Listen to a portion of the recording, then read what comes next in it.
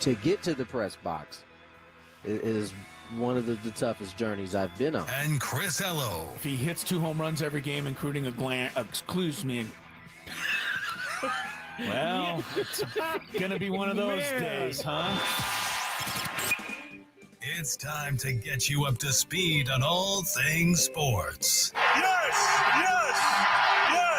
With plenty of nonsense in between. Oh, look! Here comes our fearless producer! Gwynn and Chris starts right now on 97.3 The Fan.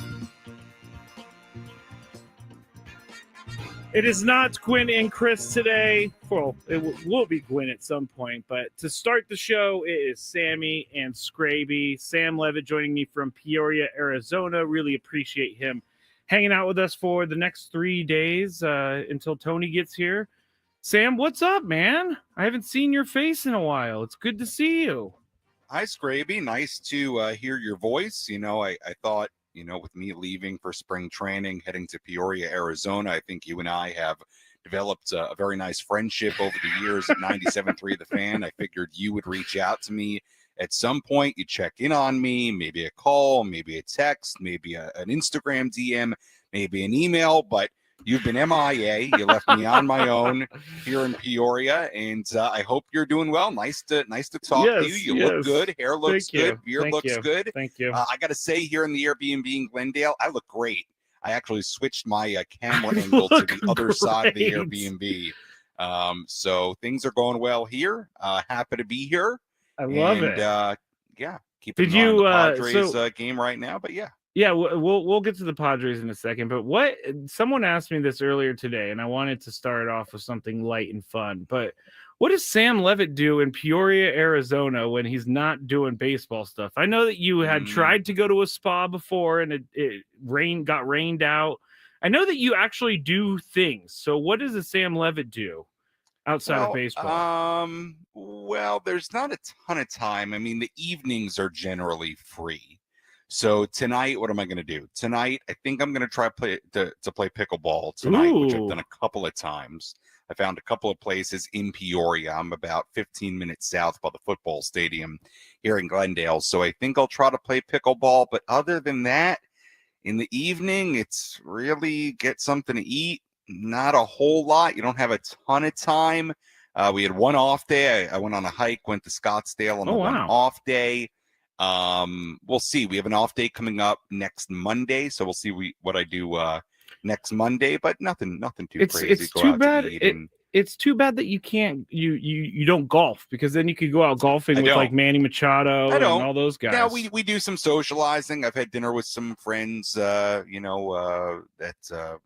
live here in Phoenix, some other people around the Padres, spring training complex. So yeah, basic stuff. Dinner. Basic stuff. Okay. Yeah, basic stuff. Nothing too crazy. You got to be up very early. Clubhouse opens 8 a.m., 8:30, sometimes earlier. So, and to be honest with you, a lot of the people around here got to be up really, really early. Like staff, major league level, minor league level. There are a lot of people that are getting there 5:30, 6 a.m. every morning. So it is spring training, but it's a grind, no doubt about it, for a lot of people here. Yeah, that's interesting. It's so weird to me that a game that occurs mostly at night is done for the first month and a half during the day when everybody has to wake up early. So I just think it's funny. But yeah, you're right. There are a lot of people that are involved in all of this. It's not just the players and coaches and you and broadcasters. It's a lot of people, and you get to meet all those people. Well, think about it this way, right? If the players, by the time I walk in the clubhouse, there are a lot of players already there that look pretty settled in. So let's say clubhouse opens at 8, which is pretty common. If the players are there before 8, if you're a coach, a staff member, you want to be there before the players. You want things set up. If you're any kind of support staff, you need to be ready to go the moment the players walk in. This is not a scenario where players walk in and people are still arriving and setting up. You want things ready to go. So if they're getting there at, say, the 7 a.m. hour, then think about when staff and coaches and everybody that runs operations throughout the organization, throughout the complex, what time they're getting there. So yeah, people get there early. So I don't know that there's a ton of time to enjoy Phoenix, but I try when I can. That's good. That is very good. I get out enough. Yeah. Well, we're going to have Sam, as I said, until Tony gets done with the game. The Padres are playing the Angels right now, so we'll talk to him about that when he joins the show. But at some point during the show, you are going to have a chance to win a 4-pack of tickets to a Padres spring training game at Peoria Sports Complex. And you're also qualified for the grand prize, 4 tickets to the Padres Guardians game at Petco Park on April 2nd. Get your spring training tickets now at PeoriaBaseball.com. Coming up on the show today, we have at 2:40, we're going to check in on the health of Magoon Gwath of the San Diego State Aztecs, and Mark Zeigler is going to join us to talk about that. I will spoil it a little bit. News is very good for Magoon Gwath, much better than we all thought yesterday with the torn ACL. We are also, if I could say that clearly, going to be talking to Apple TV match analyst Marcelo Balboa after SDFC's win over the weekend. Sam, did you watch it, or how much were you involved in this? I didn't watch the first half, but I did watch the entire second half and saw them score the 2 goals. What time is that interview? 3:40. Okay. I may still be on with you by 3:40. Yeah. It was awesome. I got to say, it was a lot of fun to watch. I knew a little about SDFC coming in. I knew that the Galaxy were the champions. I knew that it was a very lopsided line. I knew that they were not supposed to win that game, being an expansion team and against that quality of team in the LA Galaxy. And both goals were awesome. Obviously, a big mistake on the first one. Look, I'm not a total soccer novice. I've called a lot of college soccer. In my I didn't know that. Yeah, back in the day, I've done a lot of soccer. Not that I'm a football guru, if you will. I'm not, but it was fun. Really cool for San Diego to have that moment. I'm sure the match on Saturday it's Saturday, right? Yeah, I'm going with Adam. So okay, should be a cool. Good old time. I'm sure it's going to be a lot of fun. I'm sure Snapdragon Stadium will be rocking. I'm sure it would have been anyway, but I'll tell you what. Look, I was put it this way, I'll give you a little comparison, right? I and this is not apples to apples, but there are parallels. I was with the Amarillo Sod Poodles in 2019, brand new team in Amarillo, Texas. Okay, I was the first broadcaster there. I showed up. The stadium is still getting built. It's still under construction. Brand new stadium downtown Amarillo. First time they had affiliated baseball in 40 years. And at the time, to tie back to San Diego, they were a Padres affiliate. Mm-hmm. And, people were super excited about it. Obviously, there was a ton of marketing, a ton of outreach in the community, a ton of work that went into building goodwill in the community and getting the name out there. Now, look, Amarillo is not quite as big as San Diego, right? So in Amarillo, it was the thing. Okay, so it's not a direct comparison. That's still great, though. That's still great. I will say this. When that team started playing and the players got there and the team was good, they actually won the championship in 2019. Taylor Trammell, grand slam. You've called it. Tulsa, Oklahoma. Yes, big moment in Padre minor league history, I would say, and certainly in Sod Poodle history. But once the team got going, once the team started playing and people had relationships to the players and the team and the brand and the ballpark and the experience, it really took off in a way that was really special. So, that's what it kind of felt like to me on Sunday. Look, obviously a lot of work's been done, I'm sure, on the part of SDFC to get this thing rolling, to get it off the ground. And I know it's a lot of work, but I'll tell you what, nothing will get fans more excited or get the word out about your team more than what they did on Sunday. I mean, that was a great advertisement, it really was for the sport, for sure. And they played hard and it was exciting and, pretty cool moment. Credit to that team. They did something pretty cool, and to see those fans up there cheering and going there were wild. A lot of SDFC. I don't know what to call them yet, Sam. Do I call them the FC? Do I call them SDFC? Do I call them the football club? I have no idea what to call them, so I'm just going to call them the FC. San Diego FC or SDFC. Okay. Yeah, that's fine. You know what? During the broadcast, they were just in San Diego. Okay. So you could probably do that. I think SDFC is pretty good, but it was no credit to them. It was really it was a really cool thing to watch. And San Diego does one thing It was right, exciting, and that is show up for their teams and For create sure. a good environment. So I'm looking forward to seeing this on Saturday. I've been, I guess, a little hesitant to like make a decision on whether or not this is going to be successful, but I don't think I really need to do that right now. So, no, but so far, this was best case scenario for this team winning against the Galaxy. Oh yeah, no, it was cool. It was really cool. And you know, if SDFC needs any inspiration as to what, you know, a winning ball club can do and how passionate, you know, San Diego fans are, they can, you know, look to downtown to Petco Park, obviously, and what happens there with what the Padres have done the last, you know, now a few years, half decade or so, with the way fans have showed up there. So really cool. It was. It was very, very cool, and you know, good for that team, man. That was awesome. So yeah, we'll be talking to Marcelo Balboa at What was the name of the guy that scored the 2 goals? Anders Dreyer? Dreyer. I think, Dreyer. Dreyer. It was Dreyer. Anders Dreyer. Yeah, he scored both of them. That was a trivia question yesterday, and Chris didn't remember. So, and then Chucky almost had a rocket from, you know, way out. So that was I'm looking cool forward too. to seeing what Marcelo says about this. Yeah, and there was a part of that match where it really looked like SDFC was gonna break. They were bending real hard, and I was like, here it comes. This is gonna fall apart here. But you know what? They held strong. They were a bend but not break kind of defense, and then they scored that second goal to put it away. So, well, good for them. Cool. We'll talk about them a little bit later. We're gonna head to break, but on the other side, I have seen some of this pitch or ABS system around baseball today create some pretty hilarious results. Max Scherzer thought he had a strike. He was nowhere near the strike zone after challenging. It was at least an inch and a half below the zone. And I just saw one in the game that they're playing on MLB Network where it was called a ball, but the actual strike it turned out to be a strike. There was like barely any piece of the ball touching the strike zone. So there's still some things I think we need to work on, but you tweeted something the other day about the ABS system, and we will talk about that when we get back. We'll also talk about Padres in spring training. It's Sammy and Skraby until Tony gets here on 97.3 The Fan.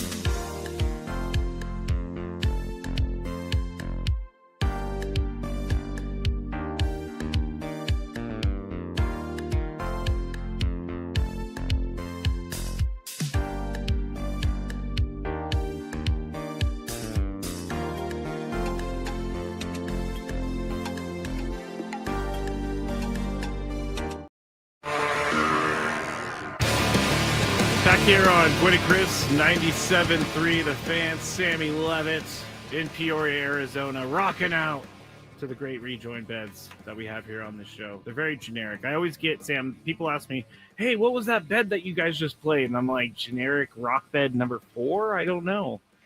But we're the only show that uses these generic beds. I know that you use like good stuff, midday, morning. So why don't you do something a little bit more creative? Because I don't want to. I'm not a good music person. I'm not. I would end up playing stuff that no one liked. Well, I'll tell you one reason why I wouldn't do it, because I feel like Mr. Ello in particular would have all kinds of thoughts and complaints about the intro music that you're using. Okay, did you know? Well, you didn't know, Sam, but he had a song that he used in his opening segment, like his opener for his entire career. And so when I took the job with Chris, he told me, you got to use this song in the open. And so I used it for like a good 4 years. What song is it?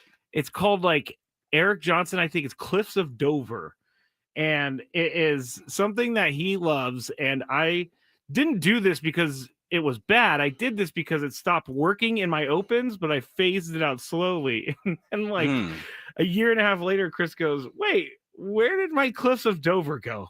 Like, Chris, you know what? Cliffs of Dover. I will have to listen to this. I'm not sure what you've what never song heard that is, or yeah, if I'd recognize it. It's not like pull it up. Let's hear it. All right, I'm gonna pull it up because oh gosh. Cliffs of by Dover. Eric Johnson. Chris was very, very, very serious about this song. Chris strikes me as like maybe a guy who like has a rotation of 10 songs he really likes, and he just listens to them in that rotation. It's after this. It's this. Hold on. This. Oh, I know this. I was here when you were still using this.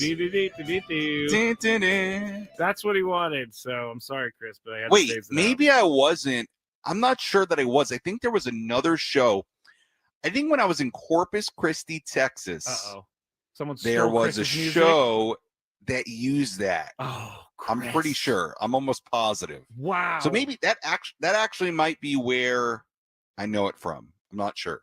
I mean, what are the odds that two shows in this country are using Cliffs of Dover in their intros? But here's the other thing. It never was only Chris's show. No, it was always Gwynn and Chris. Yeah, that's true. That's so, very true. I mean, I remember the first day we time ever to met. Adjust. Yeah, the first day we ever met, Sam, I went to you hang out in that like little conference room down the hall a little bit. He was sitting in there. I walked in. I said, hey, my name's Matt Skraby. He said, hello, I'm Chris Ello. And I said, here, I've done a rundown for today. And trying to be a good producer. And he looks at it and he goes, I don't need your rundown. And he slides it away.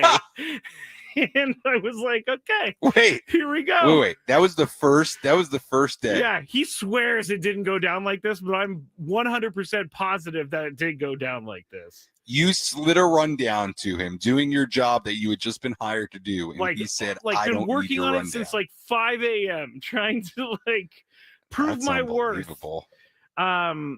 Little did Chris know over the years, he uses the rundown more and more and more. So he told me on the first day he don't need no rundown. And that wasn't true. Okay. It was just a very Chris Ello moment for me to meet him. I also met him, now that we're telling Chris Ello stories, I also met him when I was an intern at a different radio company. And he was doing the morning sports show there. And I was an intern for another morning show. And I walked into the cafeteria. And what they told me was introduce yourself to everyone in the building. It doesn't matter who it is. So I see Chris in there. I go, hello, I'm an intern, Matt Skraby. And Chris is getting water. And he turns around, he goes, and he just walks out of the room. And looking back on it, that is so Chris Ello to do. But it's very hard. It's very difficult for Chris or for you to read Chris. What's going on the TV, Sam? You're looking at the TV. Well, I'm keeping an eye on this thrilling Cactus League game between the Angels and the Padres. Angels are leading 2-0 at the end of 8 innings. Okay. So Padres in danger of, I think this would be 3 losses in a row in the Cactus League. Yeah, that's not good. Sound the alarm bells. I was ready for a Cactus League championship. I was ready for all of that stuff. Unbelievable. Manny Machado looks great. Let's get into the Padres, Sam. I mean, I think a lot of people are feeling a lot better about this roster over the last few weeks. And today, the Padres brought in someone new, Wes Benjamin, a lefty, and you tweeted about him. He was a KBO guy. KBO guy for the last 3 seasons. Pretty good numbers there. Not quite Kyle Hart numbers, who won the KBO version of the Cy Young last year, but was a member of the Texas Rangers organization before that. Did have a handful of major league games in 2020 and 2021. And it now is back with the Padres on a minor league deal. So we'll see what Wes Benjamin is. I think it's a depth move. It adds another starting pitcher to the mix. I'm not quite sure how much Wes Benjamin will be considered for that 5th and final starting spot. It seems like a pretty crowded competition already. But as we know, over the course of a season, you need depth. And you never know when you're going to have to dip into AAA or below and go get somebody that's capable of starting. He's interesting. He's made certainly some adjustments to his pitch mix, to what he does on the mound in the KBO. Has obviously had some success there with it. Was really looking for a starting role. I think there were opportunities for him to maybe be a left-handed reliever with some other teams, but he said he wasn't really ready to turn the page on being a starting pitcher. So this gives him the opportunity to be a starter. I don't know that that's going to be on the major league roster to begin the year, but it always helps to have starting depth. And at the very least, I think that's what Wes Benjamin will bring the Padres. And we'll see. Look, he hasn't pitched against major league hitters in quite some time. Did throw a bullpen today. Looked good to me, as most guys do in a bullpen. So we'll see. We'll see how he does as the spring rolls along, but adds a little bit of depth from the left side at minimum from Wes Benjamin. That is a strong name too. Wes Benjamin. It's hard to say. Wes Benjamin. You're going to have to that is a little bit difficult, but it's a good name. It's a good, strong name. Left field battle is pretty awesome right now, I got to say. Through 4 or 5 games in the spring, you got Gavin Sheets, you got Jason Hayward, who we know is going to make the team, Connor Joe, we know, but Tirso Ornelas hitting home runs yesterday, Eggy Rosario going opposite field. I saw your video that you put on 97.3 The Fan SD, and he was saying that he worked against right-handed pitchers in the offseason. I think Eggy is going to make this team. He just seems like he's trending in that direction, and he seems like he's building more confidence as he goes too. Yeah, I think you're spot on, Matt. Look, I don't think here on February 25th there's any guarantee of anything, obviously. But with that said, I think Eggy has had an exceptional start to his spring in a couple of ways. Number one, he's hitting, which he's always done in his minor league career. And even at the major league level, he's done nicely against lefties. The question with Eggy, if he's going to get more regular playing time, is can he even out those splits a little bit and have success against right-handed pitching. And I'll tell you what, he's got 3 hits against righties, including what was a really impressive home run yesterday, 107 miles per hour off the bat to right center, line drive home run. He played left field yesterday, which if he can do that, I think really will improve his chances of making this team. He had 3 pretty routine chances on fly balls out there and caught all of them. I don't think looked uncomfortable out there. He did say after the game that it feels a little weird out there still, but sounds like he's very open to playing out there and doing whatever the Padres ask him to do. So it's been a really good start to spring for Eggy for all those reasons. And you mentioned the work he did in the offseason. He played in the Dominican Winter League in the offseason. And if you look at the numbers, did really well. And I think certainly has worked on hitting right-handed pitching. And I think the Padres are really happy with what he's done so far. Mike Schultz certainly seemed like that after the game yesterday. So I'm with you. We'll see. We got a long way to go. We still got a month left in spring training, but right now I would agree that Eggy Rosario is making a very strong case to make this team and could be a real asset for this team. Chris was actually doing a little investigative work yesterday, and he saw that Eggy Rosario was the leadoff hitter yesterday, and he wondered if there was anything behind that or if it was just Mike Schilt threw him at the leadoff spot and just said, go for it. Yeah, I wouldn't read too much into lineups. That's what I told Chris during too. Spring training. That's what I told Chris. Yeah, too. I wouldn't read too much into lineups during spring training, especially this early, because a lot of the time you want your big players to get at bats and then get out of there. So you might group them up top a little bit differently than you normally would because you want the guys to get out of the game and maybe not have to wait around another inning to get their second at bat. Good point. And while everybody else heads out. So I wouldn't read too much into it. I really wouldn't. I think that was kind of just the way it shook out. But hey, never say never.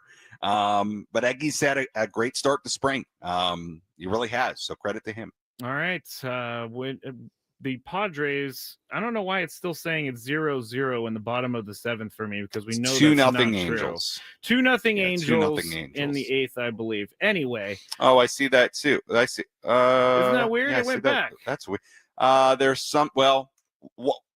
I saw the Angels score at least one run. No, me too. On the stream. So, but you're right on even on my advanced system here, it says nothing. I never got to talk to you about the ABS system, so we will talk about that on the other side right We before do we're later, joined yeah. by Mark Zeigler. So we'll get you the score. We'll send a carrier pigeon to Peoria to see what is happening at Peoria Stadium. Doesn't matter. And we'll talk Spring training. Who cares? We'll talk. Well, Mark I love Zeigler. spring training. I just don't care about the score of the I Cactus know. League game. I know. It's It's okay. so funny how you baseball people take these spring training games. Back shortly with Sammy and Skraby, Mark Zeigler, in an automatic balls and strikes conversation on 97.3 The Fan. The biggest guests in San.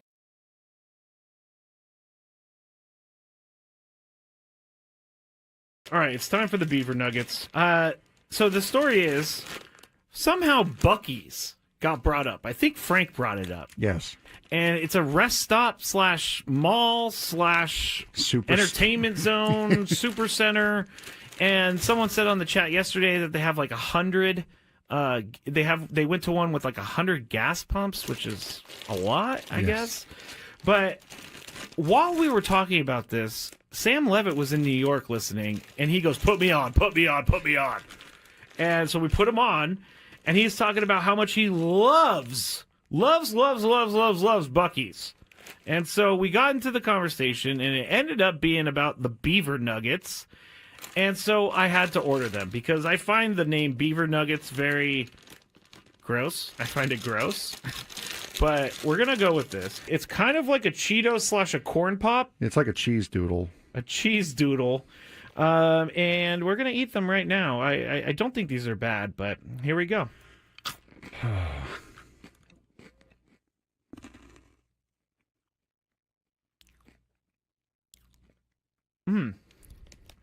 I like it. It tastes like a corn pop. I was just saying it tastes like a waffle, really. It does kind of taste like a waffle. You know what? I'm in. These are good. Yeah, I'm not. You want another one? No, I don't want another one. But yeah, I mean, it tastes like a waffle, like a waffle with syrup on it. It's pretty good. I gotta say. I'm not hating these at all. Actually, they're very good. I like this. The waffle is a perfect explanation. If you've ever had, I'm sorry, I'm talking on the microphone with food in my mouth.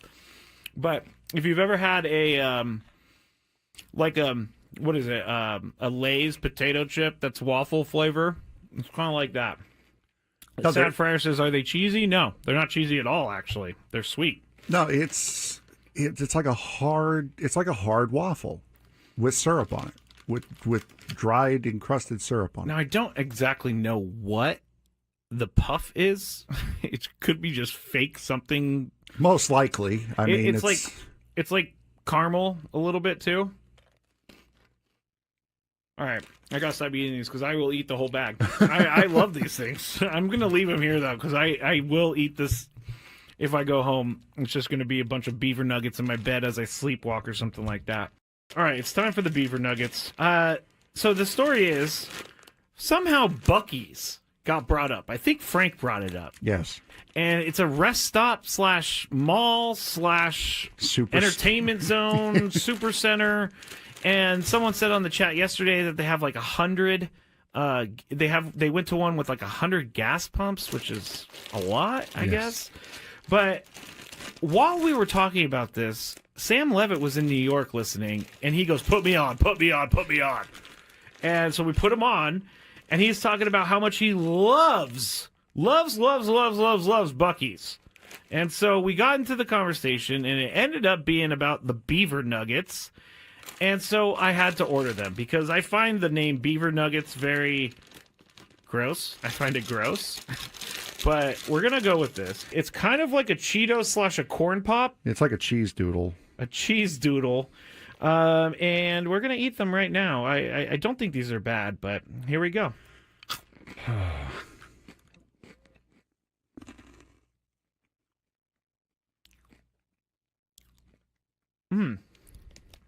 I like it. It tastes like a corn pop.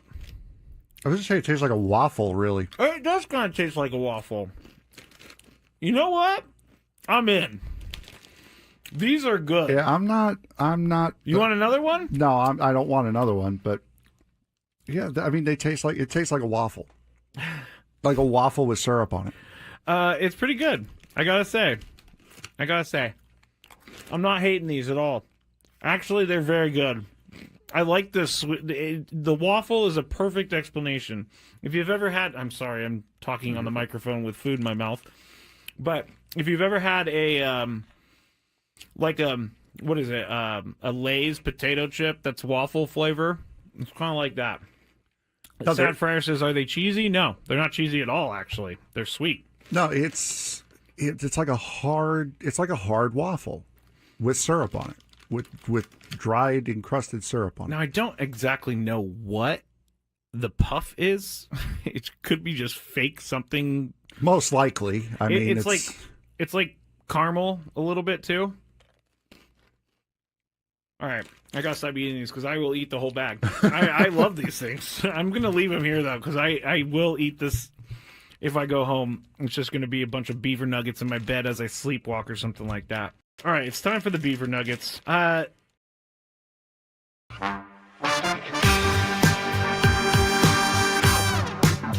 here in the Odyssey Palace, 97.3 The Fan. Matt Skraby, Sammy, Levitt in Peoria, Arizona. We're about to talk to Mark Zeigler to talk about Magoon Gwath and the Aztecs. Again, I'm spoiling it for you. Magoon Gwath's prognosis is better than we all thought at first.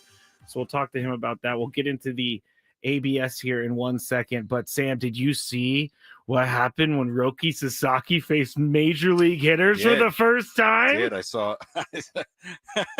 I saw 2 home runs he gave up. Yeah. Yeah, he gave up to the first batter that he faced in major league in his major league career. He gave up another too. From what I saw, Kyle Teal was one of them, and then I don't know who the other guy. I don't know who the other guy was, but he was playing against White Sox prospects, and this White Sox, the number 2 White Sox prospect, took him deep in his first at bat. Jack Harris tweeted that Roki pitched 3 innings in his simulated game, gave up a long home run to his first hitter, retired the next 6 in a row. I'll skip over that part quickly. Included 1 swinging strikeout, then finished walk, double, walk. He threw 38 total pitches. All right. I understand if you want to revel in I'm reveling Roki's first outing on the backfield. I would say, and Adam says it in the YouTube chat, it is spring training. So I would encourage everybody to don't say anything you're going to regret come the season, depending on what Roki does. I can't be happy. I can't be happy. You can, but just remember it doesn't count. I know. So I'm not. When it counts. Now he gives up 2 home runs in the first game that counts. I think he can. It wasn't actually even in a spring training game either. It was in a simulated backfield game. But it will give some ammo for people on social media, which I understand. And Padres fans, you're well within your right. You're well within your right.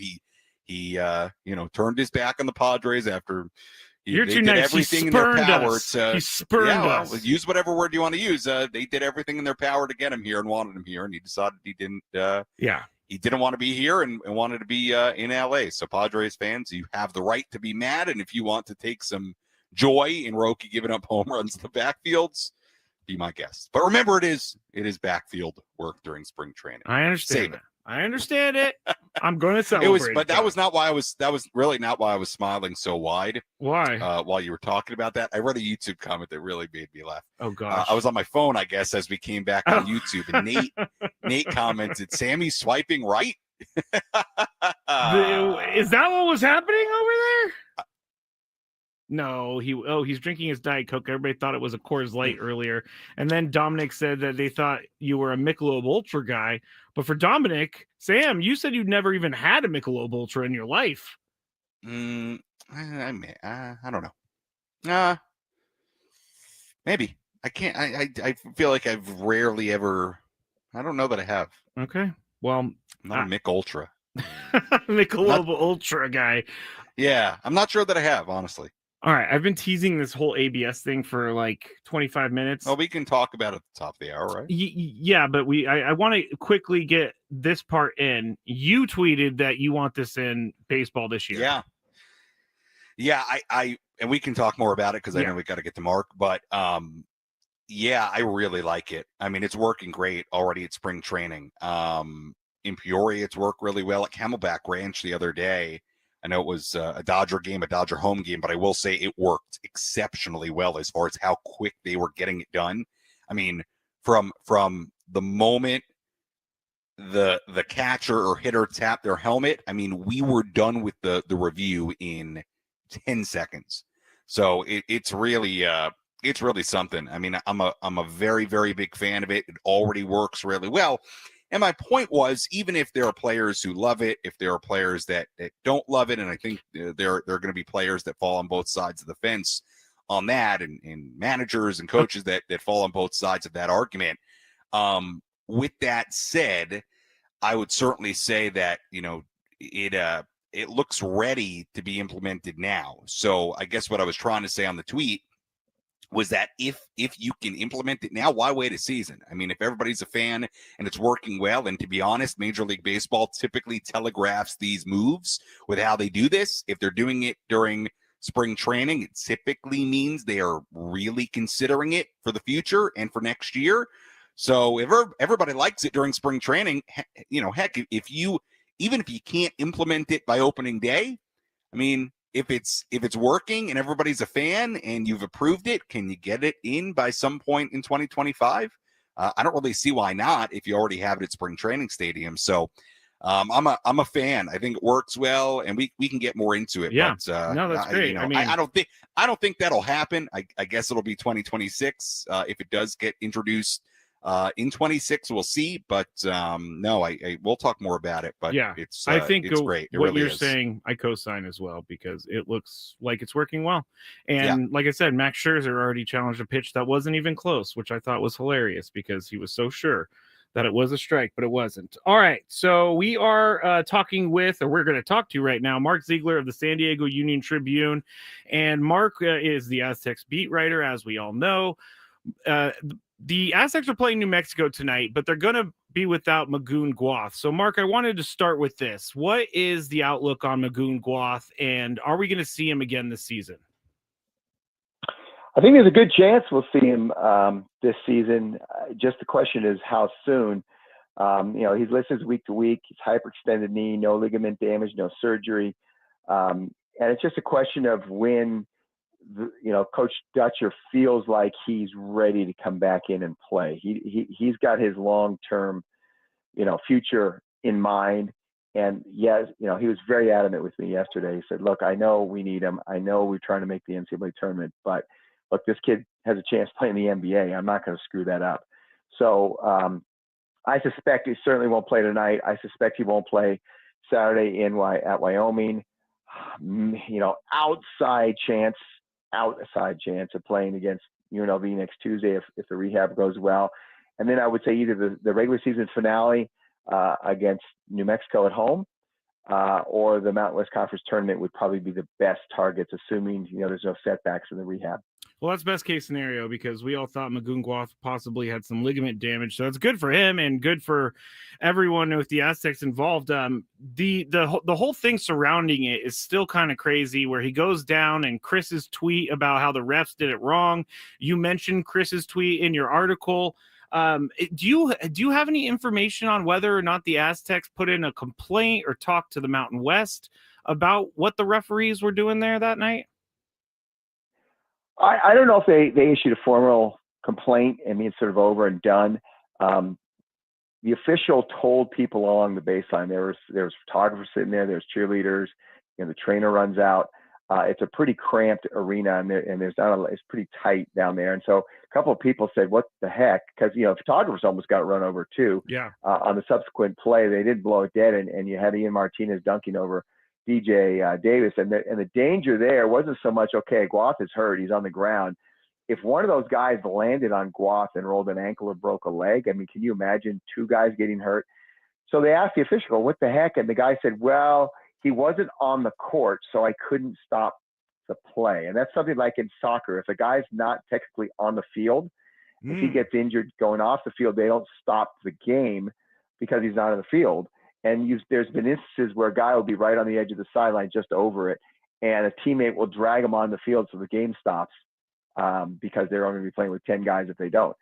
So I don't know if that rule really exists. I know that the officials have huge discretion in stopping the game. Like with head injuries, they're supposed to stop it immediately. And usually they stop it if the ball is going in one direction, they'll let that sequence play out and they'll immediately blow it dead. And they probably should have. And I think my understanding is that official knew that he screwed that up, and I think in a candid moment would admit it, because I don't see any other way you could justify, even he's saying he wasn't on the court. I mean, I just don't think you can justify that. Mark Zeigler, San Diego Union Tribune, joining us right now here on 97.3 The Fan. Mark, obviously big game tonight for the Aztecs against New Mexico. A tough opponent, but obviously a great opportunity for the Aztecs at home. New Mexico leading the Mountain West at 14-2. You look at a lot of the bracketology right now. Seems like San Diego State, to a lot of people, is sort of teetering on that bubble as far as an at-large bid. Mark, to you, is this a must-win type of game tonight for San Diego State against New Mexico? I don't think it's must-win just because if you lose, it doesn't really hurt you. You've already lost to them once, and just sort of like, well, we lost to the 2 teams above us in the standings, New Mexico and Utah State. So, but we're the 3rd best team, given our resume and all that in the conference. It's not the end of the world. I think the next few games are actually more important because they do more damage to your resume. But I would put it this way: it's a huge opportunity. If you can get another quad 1 win, you can beat New Mexico and just show, look, it's really hard for us to play at altitude. You can justify, the Utah State loss at home was kind of a fluke. We were up 18. They hit a last-second shot. There was a questionable call. And then if we beat New Mexico at home, it's the altitude. And I think that would give them a much stronger argument. I wouldn't say they're 100% in if they win this game tonight, but it would give them a little bit of wiggle room.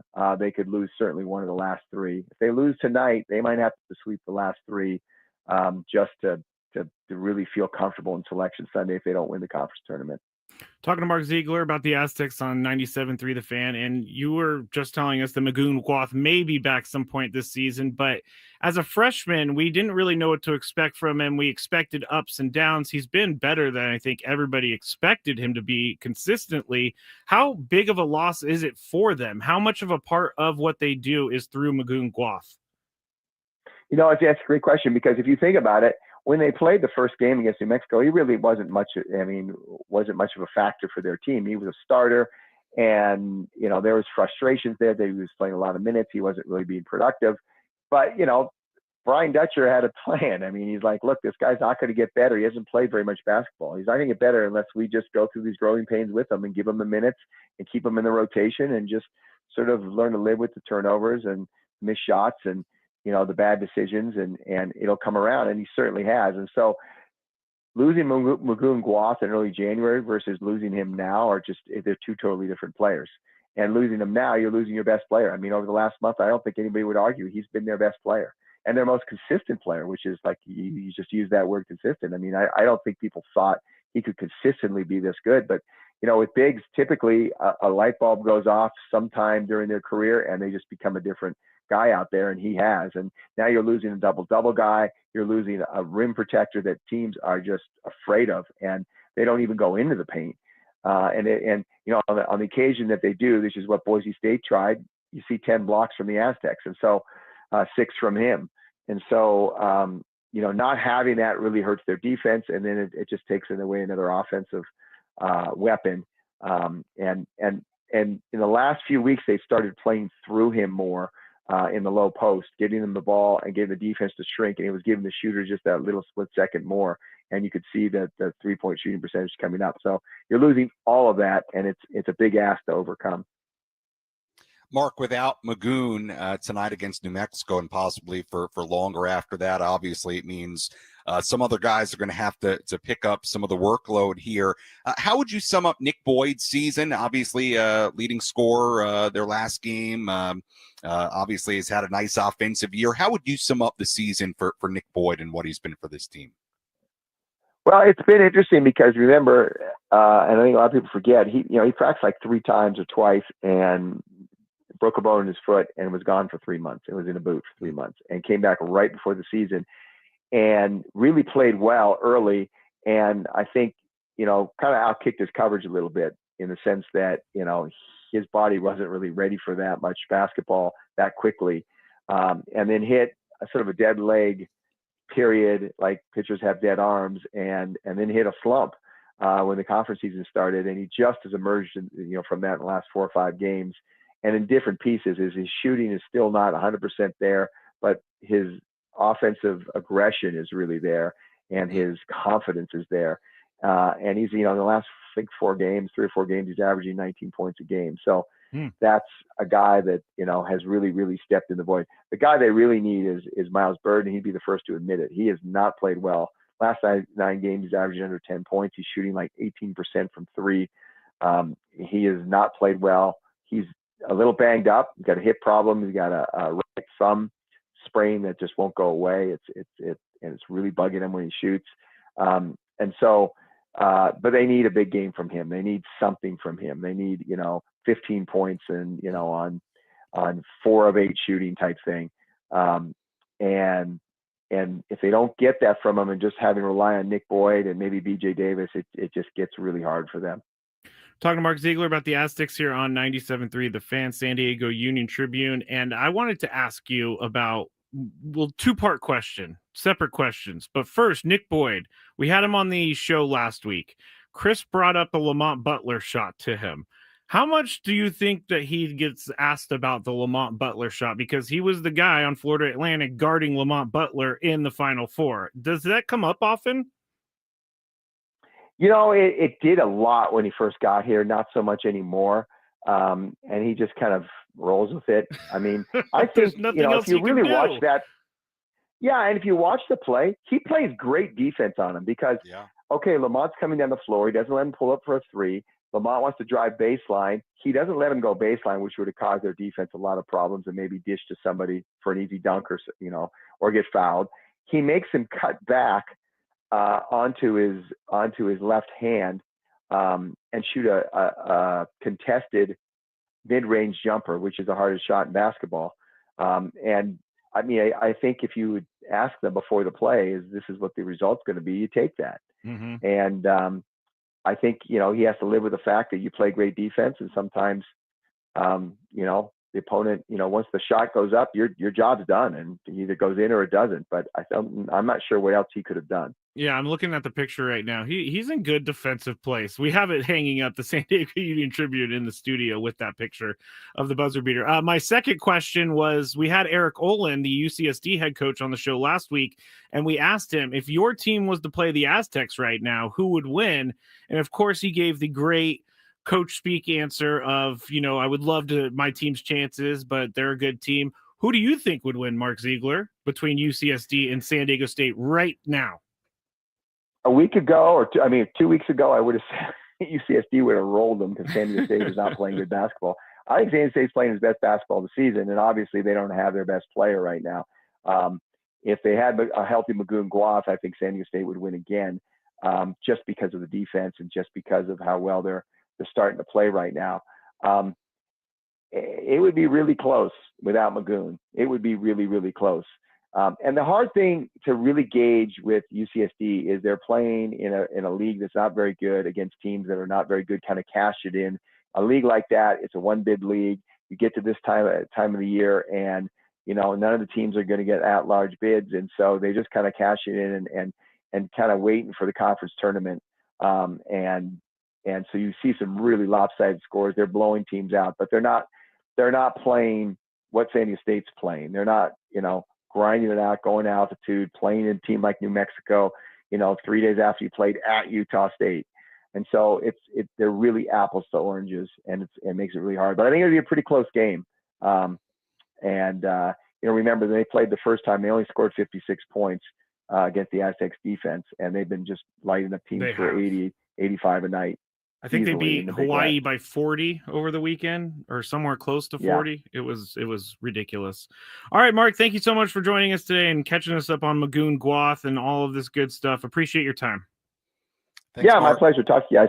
Talk to you soon. That was Mark Zeigler from the San Diego Union-Tribune on 97.3 The Fan. I'm really happy that Magoon Gwath is not out for the season or has a torn ACL, because that injury would not have just been this year. It would have been next year as well.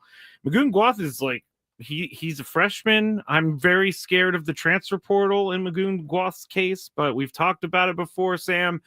And Brian Dutcher usually has guys that are committed for the long term, unless something is offered above what the Aztecs can really offer. Like Lamont Butler, they were able to let him go to Kentucky, get the NIL money that he wanted. Sure. But I don't want Magoon Gwath going anywhere. I want him to stay right here in San Diego. That's the whole thing about the NIL. It's scary, the transfer portal. You could have a star on your team that you never knew you had, and then the next year they're gone. Yeah, it's changed a lot of college athletics as we knew it. New era for sure, and it's a different ball game now. No more assuming you can develop a guy through 3-4 years. If you develop him too well, might be out the door.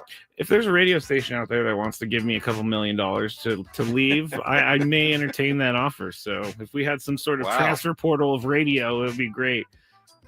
The NIL money's all taken up elsewhere here, Sam. I almost called you Chris for some reason. Anyway, Sammy and Skraby, we'll be back shortly. We're going to do some Daily Gambit. Tony is on his way, so we'll see if he joins us here in the 3 o'clock hour. But more Gwynn and Chris, Sammy and Skraby, Tony ahead on 97.3 The Fan.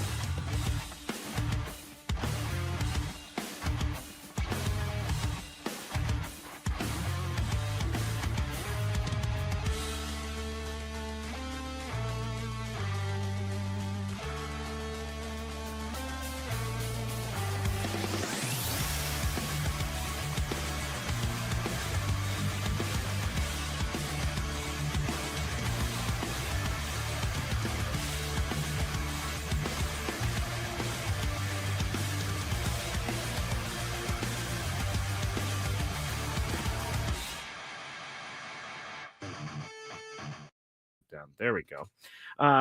The spring training schedule might be the most hectic for him as a broadcaster because he does a game and then he has to do a show. But on the other way, he has some time to prepare in the middle. So, and then he's got to wait through traffic, and he's always really stressed out. Sam, he takes pictures and shows me what's going on in the Peoria parking lots.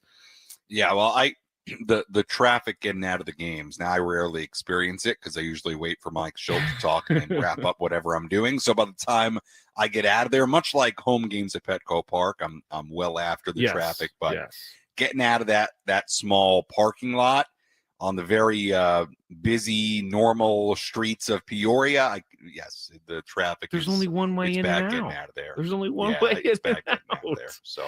Yeah, well, and the other thing is too, like when Tony is in Mesa on when is that? Who's in Mesa? I think it's Thursday.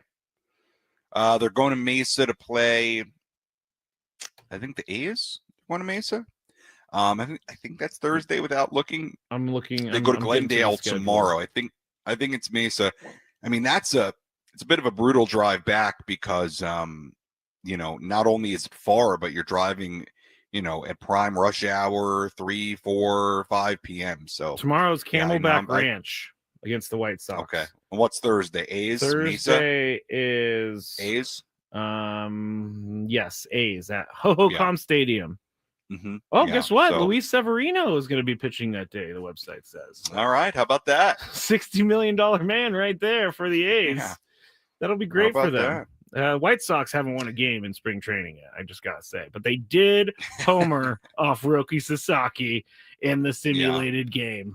I can't wait to bring that up to Tony because he's going to roll his eyes into the back of his head when I bring that up to him. Speaking of starting pitching, Stephen Kolek, nice job today. 2 scoreless innings in his spring training debut against the Angels. There was a great piece, and I retweeted it from Jeff Sanders that talked about Stephen and his progression and now his transition back to a starting role in some capacity, whether that's at the major league level or AAA. We'll see how it all shakes out. But that's something on my radar the rest of this week. I would like to get more in depth with those decision makers about Stephen Kolek and how they view this transition back to his starting role he's making, because he's a guy who throws a lot of pitches and off to a good start, 2 scoreless innings. So I talked about him on the Skraby show a couple weeks ago, and when it was announced that he was going to be a starter. And if you look through his game logs last year, there were some times when he struggled, but there were some times where he put together he had some very 10 good to 12, 15 games of consistent pitching. And if he could do that consistently as a starter or a long reliever, that would be huge for the Padres. Yeah. Look, at bare minimum, even if he doesn't win the 5th and final rotation spot, if he goes down to El Paso and is a starting pitcher, again, we talked about it with the signing of Wes Benjamin earlier today, he provides you some depth, and the Padres need it. They really do. They don't have a ton of it. So I like the idea of making Stephen Kolek, who I think with your bullpen options right now, and there are injuries to Hoeing and Reynolds, we understand that, but I think with your bullpen options, Stephen Kolek, to me, was not making this bullpen on opening day. So I think there is more value in seeing what you can get out of him as a starting pitcher and having him as a depth option. That's not to say he can't win the job. He may. Who knows? He performs really well. He may. But I agree with what the Padres have done. I think there's more value in him starting than being a reliever, in a kind of, not high leverage reliever either. So I like it. I think it's a good move, and we'll see how it goes. Throws a lot of pitches, and they clearly think there's some potential there. Yeah, what's your early read on the catcher situation? Elias Diaz. You got I haven't seen much from Campisano. And then you have Maldonado. Yeah, Campy's been under the weather. So he was back in camp today. So is Fernando. I think it's still going to be a couple of days at least until you see Fernando in a Cactus League lineup. They're trying to get him back and get some of his strength back. There's no use rushing him back to play a spring training game. There's absolutely no rush. I got to tell you, I've seen a lot of tweets and things on social media. Where's Fernando? the guy has the flu. It's been going PTSD, around. Sam. It's PTSD. Last time Fernando didn't show up to spring training, bad stuff happened. It's February 25th. Yeah. So he's got plenty of time to ramp up, and there's no reason on February 25th to rush him back if he needs time to get back after what's seemingly been a tough bout of being under the weather. So who was I talking about? Luis Campusano. Yeah. Yeah, we'll see when Campy gets back in the lineup now. He was back in the clubhouse today. Look, Elias Diaz is going to be on this team as this team's primary catcher. Ben and Woods asked me this morning. I don't have a great read on how they feel about that second catcher spot. There is competition. Martin Maldonado, who is a veteran, is in the building. I would think it probably is, I'd put Brett Sullivan in the mix as well. Brett's been around a long time, brings a lot to the table, I think, with what he brings to a clubhouse. He's, a veteran type guy, even though he hasn't spent a ton of time in the major leagues, plays good defense, can, hit a little bit. We've seen him hit some at the major league level. It's not like he's ever got a ton of playing time, right? So, yeah, look, I don't have a great read on it. Campy's not coming off a great year, as we know. So we'll see. It's, again, on my to-do list to try to get a better read on how they feel. And I think understanding the Campy part of it is really important, because you would think if Campy has a good spring, that he would still be the front runner to take one of those catching spots. We'll see. All right. Yeah, I mean, he hasn't really played much, so there's no reason for you to have a read because you haven't seen anything from Luis Campusano, really. So we'll wait until he gets better. And as you said, it's only February 25th. I mean, I don't know who gets excited about things on February 25th. Those people are dumb. That's what they are. All right, Daily Gambit. Do you like money? I think about money a lot. Do you like money without doing anything? Winning. Do you want to make money while watching sports? I think Washington is immortal luck. Washington! Woohoo! If you answered yes, this is your segment. Just don't blame us when you lose. Nothing is ever your fault. It's your game. Take it. Gwynn and Chris go through the top bets of the day in The Daily Gambit on 97.3 The Fan. Daily Gambit is our daily sports betting segment here on Gwynn and Chris. Please, everybody, gamble responsibly. We're just going to review the bets, and then maybe we'll talk about some games, but we're not going to make any bets today. There are some good college basketball games tonight, so we'll talk about those real quick. But last night we started with Houston at Texas Tech. Texas Tech minus 1.5 on the spread. It was Chris and I both chose Houston, and Houston won big 69-61. So we win that one. And that's really good for the Aztecs because they beat Houston earlier in the year. So that helps their KenPom and their net rating and all that stuff. Kansas, who has not been great this year, minus 7.5 point spread favorite at Colorado last night. Chris went Colorado. I went Kansas. Kansas won this one, but they won 71-64, so they needed one more point for me to win the bet. These odds makers are great because they only won by 7. Now here's one that was kind of crazy. Texas Longhorn women minus 29.5 on the spread at Georgia. Both Chris and I took Texas, and both of us were correct, but Texas won 57-26, so it was 31 points. At a certain point, I believe Georgia only had like 4 points in the game. So that was a huge mismatch. And it's weird to me that like an SEC school like Georgia doesn't even have a competing basketball team on their women's side. I would think that all of their sports are awesome. But anyway, Texas wins big. Clippers at Pistons. Chris chose Clippers. I chose Pistons. Pistons were 2-point favorites. Pistons win 106-97. And then Tyrone Maxey for the Sixers, over under 31.5 points scored. Chris went over, I went under. He had 13. Finally, Jokic, 49.5 points plus rebounds plus assists.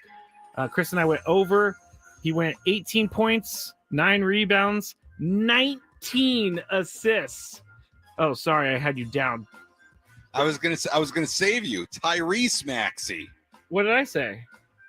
Ah, I did write Tyrone. Tyrone. Ah, it is You have Tyrese. it I on the knew sheet that. here wrong. I I was going to knew save you that. before you made a mistake. And then I didn't have you up for some reason. Ah, thank you for saving me. It's Tyrese Maxey. I said Sixers are- Tyrese like 3 times. I was like, is my mic on? Am I being muted? This is what happened the other day with Tony when he was off camera. We didn't know. I thought he was just like not back yet. So I had him down, and apparently he was having a good old conversation with us, and we couldn't hear him the entire time. So I apologize, Sam. All right. Tonight, San Diego State, 2.5-point favorites over New Mexico. Like I said, we're not going to actually decide, but New Mexico's a good team. San Diego State, I don't know with Magoon Gwath if they're going to cover this, but I do think that they'll win. Give me the Aztecs to cover and win. And win. Okay. I like it. I like it. Mississippi State, the number 24 team in the country, going to Alabama. Alabama minus 8.5 on the spread.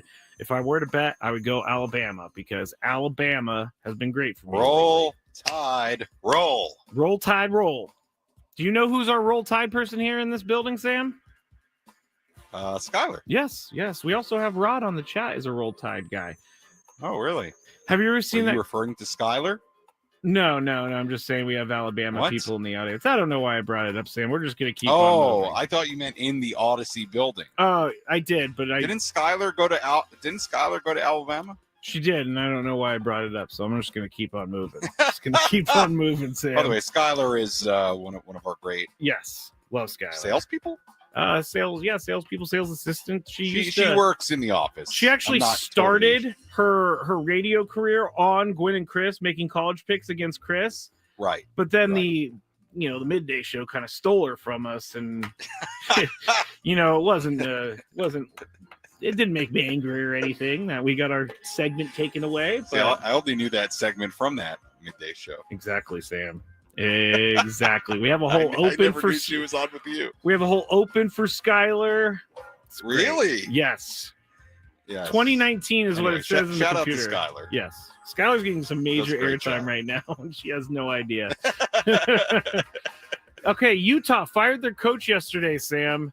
Arizona, they're at home. They're 14-point favorites. I would never, I can't think a team that fires their coach yesterday is going to win a game against Arizona today in Arizona, right? No, I'm in Arizona. I'm in the state of Arizona. How could I pick against Arizona? It's true. You're a Wildcat for life over there. All right, Duke in Miami. Right, Duke. Northwestern. Oh, that's right. You are. That's right. I didn't I am even a think about Wildcat, you're that. right. Duke is a 22.5-point favorite over Miami. Now, the reason I'm bringing this up, Sam, is because BetQL says it's a 5-star bet to bet on Duke to cover. Would you make that bet? 22.5 points for Duke on the road. Sure, I like Cooper Flag. Yeah, me too. He's really good, but 22.5 points is a lot. It's a lot. But Miami's also really bad this year. I think I'm going to go with Duke. Final 5-star bet: Iowa State at Oklahoma State. Iowa State minus 10 on the spread. They're saying take Iowa State on a 5. Every time I bet Iowa State, they don't come through for me, so I couldn't do it in this circumstance. Take Oklahoma State. I've been to Stillwater, never been to Ames. Oh, That's my reasoning. okay. How was Stillwater? It was great. What did I call in Stillwater? Oh, it was Southern Illinois Edwardsville women's basketball, their season opener at Oklahoma State. I just would like Many years everybody ago. to stop down for a second. And when you ask, how did Sam Levitt get to his level? Well, he called, what was that? St. Catherine State. Southern Illinois Edwardsville. There you go, people. That's The how Cougars he did his time. in the Ohio Valley Conference. It's I don't know if you would say sister schools. Well, it's part of the same system with Southern Illinois University, which is the Salukis, which I Yes. think people know a little bit better, the Salukis. But yes, SIUE in Edwardsville outside St. Louis. So he goes Edwardsville. He goes Amarillo. He goes elsewhere. I'm forgetting where else You're you've gone. missing stops, but that's fine. Northwestern, Corpus Christi, everywhere you've ever been. Lansing, in Michigan. Lansing, Michigan. So people, when you ask yourself, how did Sam Levitt get there? He did his time. I'm just going to pump up Sam for a second. All right. I think Tony's going to be here soon-ish, but when we get back, We have some more Padres talk, and then we have Marcelo Balboa at 3:40. He's the Apple TV match analyst. I believe he's the Spanish language Apple TV match analyst, but he is very familiar with San Diego. He is a San Diego State alum, so we will visit with him at 3:40 to talk about SDFC. Back shortly on 97.3 The Fan. From the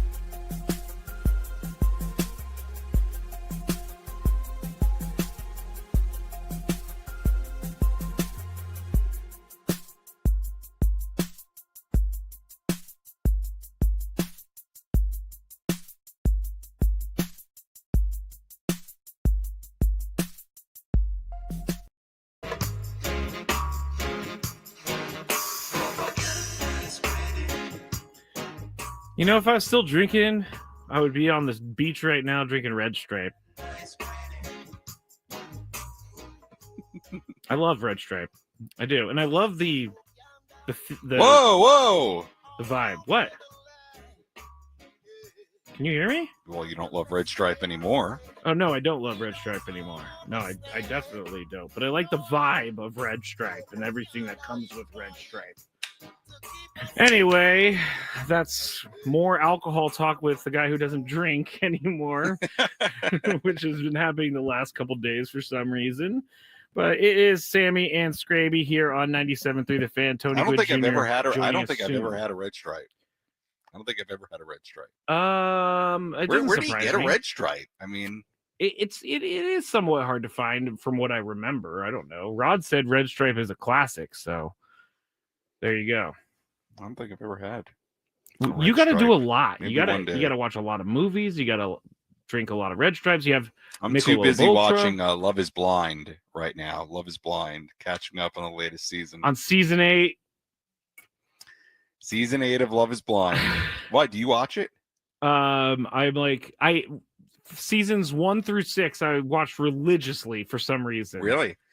Yeah, you know what it is? I will say I skip through the pods now. Like I just skip. It's so boring. Oh. I just skip through the conversations. I mean, I hit things like and then I'll go back if it sounds like they're talking about something important, but I can't. I can't with the pod conversations. Let's do the reveals. Let's get out of the pods. And that's when it gets good. You know, I think they've lost their way if we're really breaking this down, because the first couple seasons of Love Is Blind, for people who don't know, it's a Netflix show, and it's a social experiment basically, where you go into these rooms and it's men and women behind these walls and they talk, and you may find the love of your life, and they have to propose to meet each other and see what they look like and all this other stuff. First couple seasons, Yeah, I think people were know into what it that. is. Oh, trust me, people are probably like, what the heck is Love Is Blind? But first couple seasons, I think they followed that plan to a T. The last couple seasons, I feel like they're just getting the people that want to be on TV and further their career. Yeah. Well, somebody asked me actually somewhat recently, would I ever go on a dating reality show? And my answer to that was I would not go on it with any expectation that I would actually find a partner or love. Yes. Or any kind of romance. That would not be my goal, because I could never see myself actually doing that from a show. But I'd go on it for the clout. I'd go on it for the fame, you know, to up some social media follower type stuff. I can't lie. That's why I'd go on it. I'd be clout chasing on Love Is Blind, and I'd put on a show. I'd act. I might even propose. I might cause drama. I might want to be the bad guy, to create some buzz. I get that.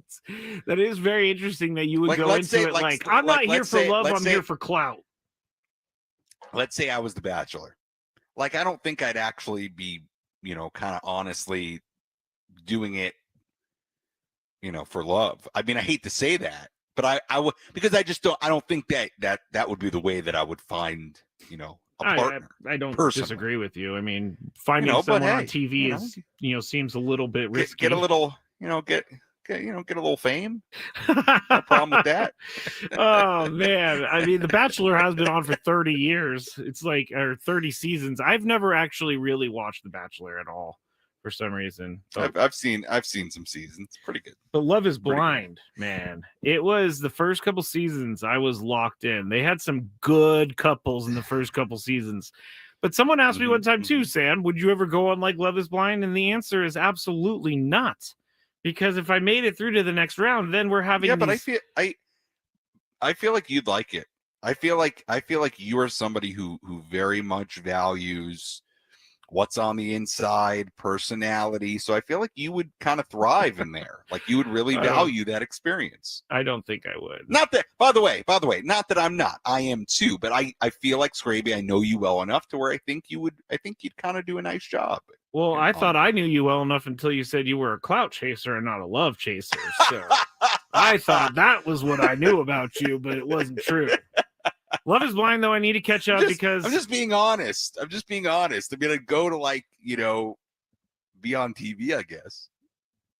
you would be perfect. We're gonna make this happen. I'm gonna call up the Love is Blind producers and have Sammy Love get on there and make it clear that he only wants clout when he goes there. How did we even get on Love is Blind? We actually talked in the break about what we were going to talk about in this segment.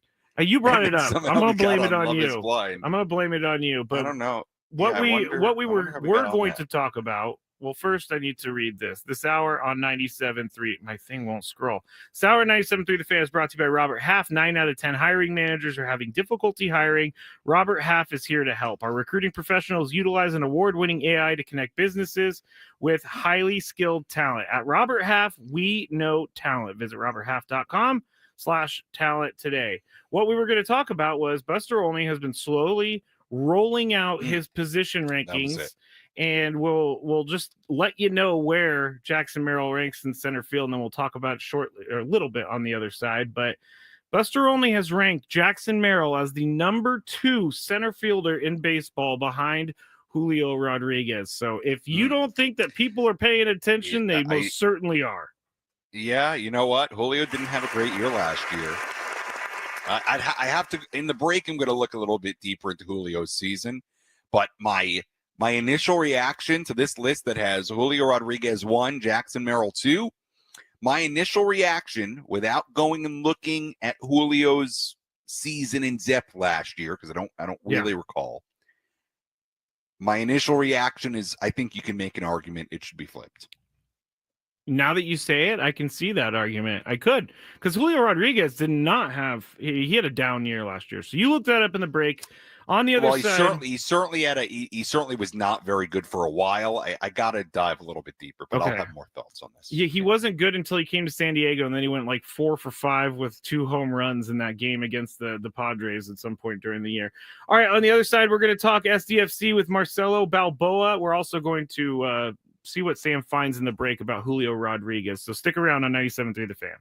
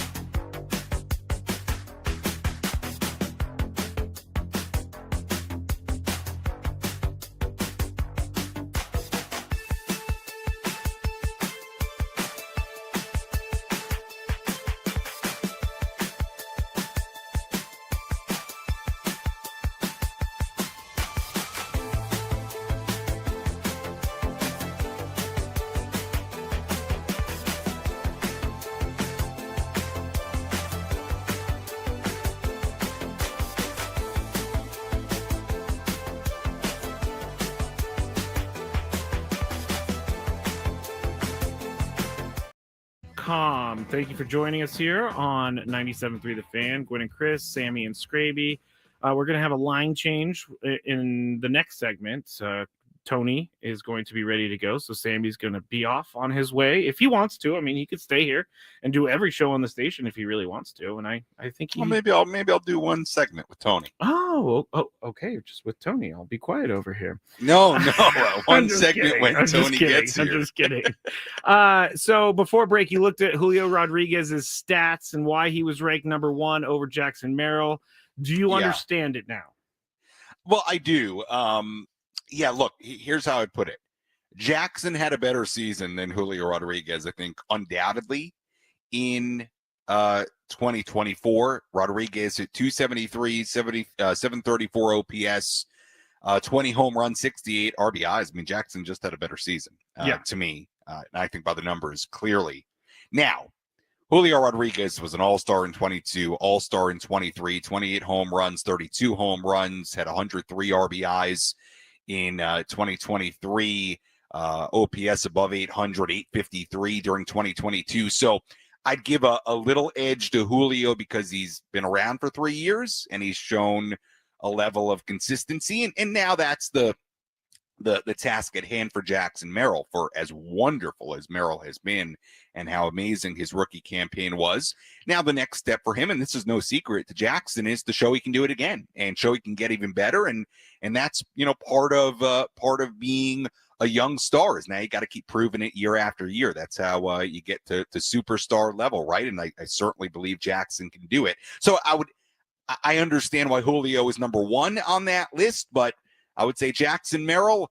If Jackson has another really, really great season in 2025, I think that may flip.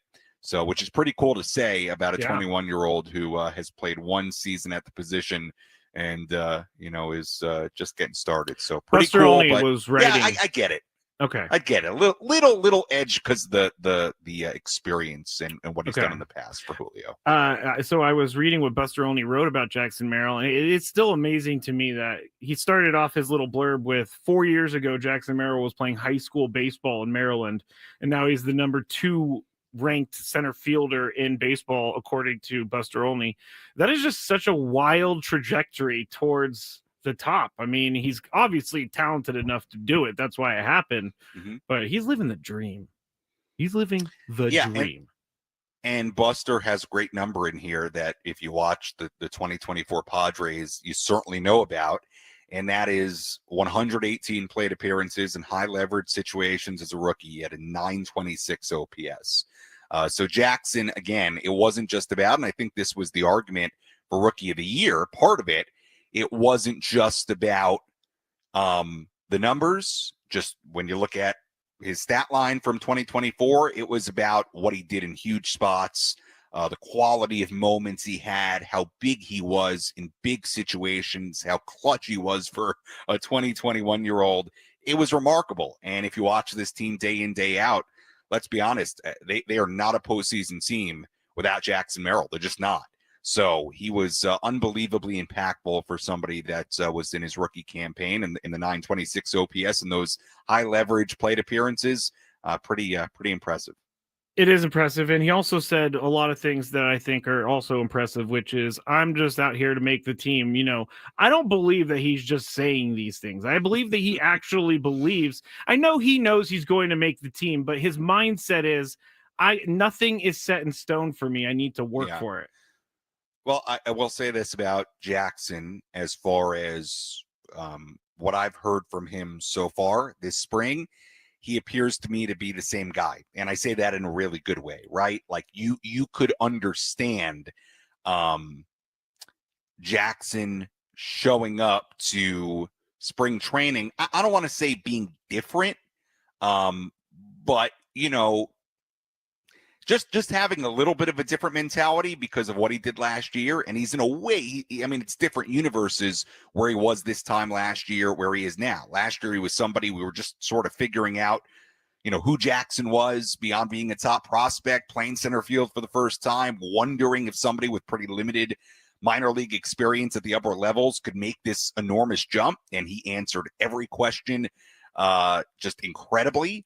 and now you fast forward a year later, and here he is as one of the top center fielders, as this list shows from Buster Olney, in the game, and almost should have won Rookie of the Year. So thank you for that, I will Sam. say this though, what my point is that it would be very understandable if he showed up and said some different things and just had a bit of a different kind of presence to him. And I will tell you that it is and he's always been confident, but I will tell you, to me, he has looked like the exact same guy. Hungry, passionate, confident. And I love what he said, that first time we talked to him this spring about, his mindset is his mindset is, hey, I got to make the team, and that they don't care about, what anybody else thinks about what they did in the offseason. Like it was the same Jackson that we saw all of last year. And to me, he was so good last year. I don't want to change a thing. I don't want him to change a thing about the way he thinks about the game and his role and the team. I don't want to change a thing. So he's not Jackson going is he's perfect right now the way he is. So I like to see that, because you could have expected him to be maybe a little bit different after what he did. That's 100% true. But we all know Jackson Merrill is a hard worker, and he's going to be great again this year. All right, we need to check some traffic, and then on the other side, Marcelo Balboa he's an analyst for Apple TV MLS Season Pass. We'll talk FDSC. From the 855 Get Ross Traffic Center, protecting San Diego after accidents or injury, here's Kelly Danick. Traffic is sponsored by Crystal Geyser Alpine Spring. Just a couple of problems here. One of them is this crash on northbound 15 past the 52. It's got the two left lanes blocked. And emergency crews on scene of a crash southbound 125B for Spring Street. That appears to be blocking the two left lanes. Stalled pickup truck blocking the slow lane northbound 5 coastline just before Loma Santa Fe. What makes Crystal Geyser Alpine Spring Water different? They always bottle their Alpine Spring Water less than 1.5 miles from the spring source. And all their bottles are made with 50% recycled plastic from their own recycling plants. Crystal Geyser, bottled at the spring source. And Kelly Danick with Gwynn and Chris, San Diego's #1 sports station, 97.3 The Fan. All right. We are about to be joined by someone who is very familiar with San Diego and very familiar with soccer, MLS soccer, and that's Marcelo Balboa. He is the analyst for the Spanish language side of the Apple TV MLS Season Pass match. And we all know that everything that happened on Sunday for SDFC was huge. They beat the LA Galaxy up in their house, and Marcelo is on here to talk about it with us. Thanks so much for joining the show, Marcelo. Appreciate it. No problem. Thanks for having me, fellas. What did you think? I mean, how impressive was it for you to see SDFC come out and beat the defending champs in their house to start their entire franchise? Being a San Diego State guy and a nomad, it was nice to finally see them on the field in an official game. And to be honest with you, it was nice to see how they played, how they finished the play, how they were able to get a result in the LA Galaxy home. So everything, it's a dream start for San Diego. Yeah, it was a lot of fun to watch. I think tons of people around San Diego felt that way. What stood out to you about the style of play? I mean, it's a group of players that has never played together in an official game. Obviously, they were able to get 2 goals and a clean sheet as far as holding the Galaxy to 0 goals. So what stood out to you in that kind of context about the style of which San Diego FC played? Oh, I think it's like anything else. The mentality they came out with, I think, is always important. The way they came out, it looked like it's been a team that's been together for a long time. They went out, they pressed, they were able to break the Galaxy trying to play out of the back. They picked the ball in transition, quickly put it in the back of the net. So they created the first 15 minutes. I mean, most teams want to press, and it's difficult sometimes to get the press. They did a nice job. They controlled the first 15, 20 minutes, and everything you would want in a game. They were able to control defensively. They limited Peck. They limited Facundes. They limited the ability of that strong Galaxy offensive side to get in. And when they did, Santos was there. So when you look at this, you look at it just one overall wonderful performance. When they had an opportunity to finish the play, they finished the play, put 2 in the back of the net. And like I said, one game, but for a team that's never really played in an official game in MLS, it didn't look like they were a new franchise that day.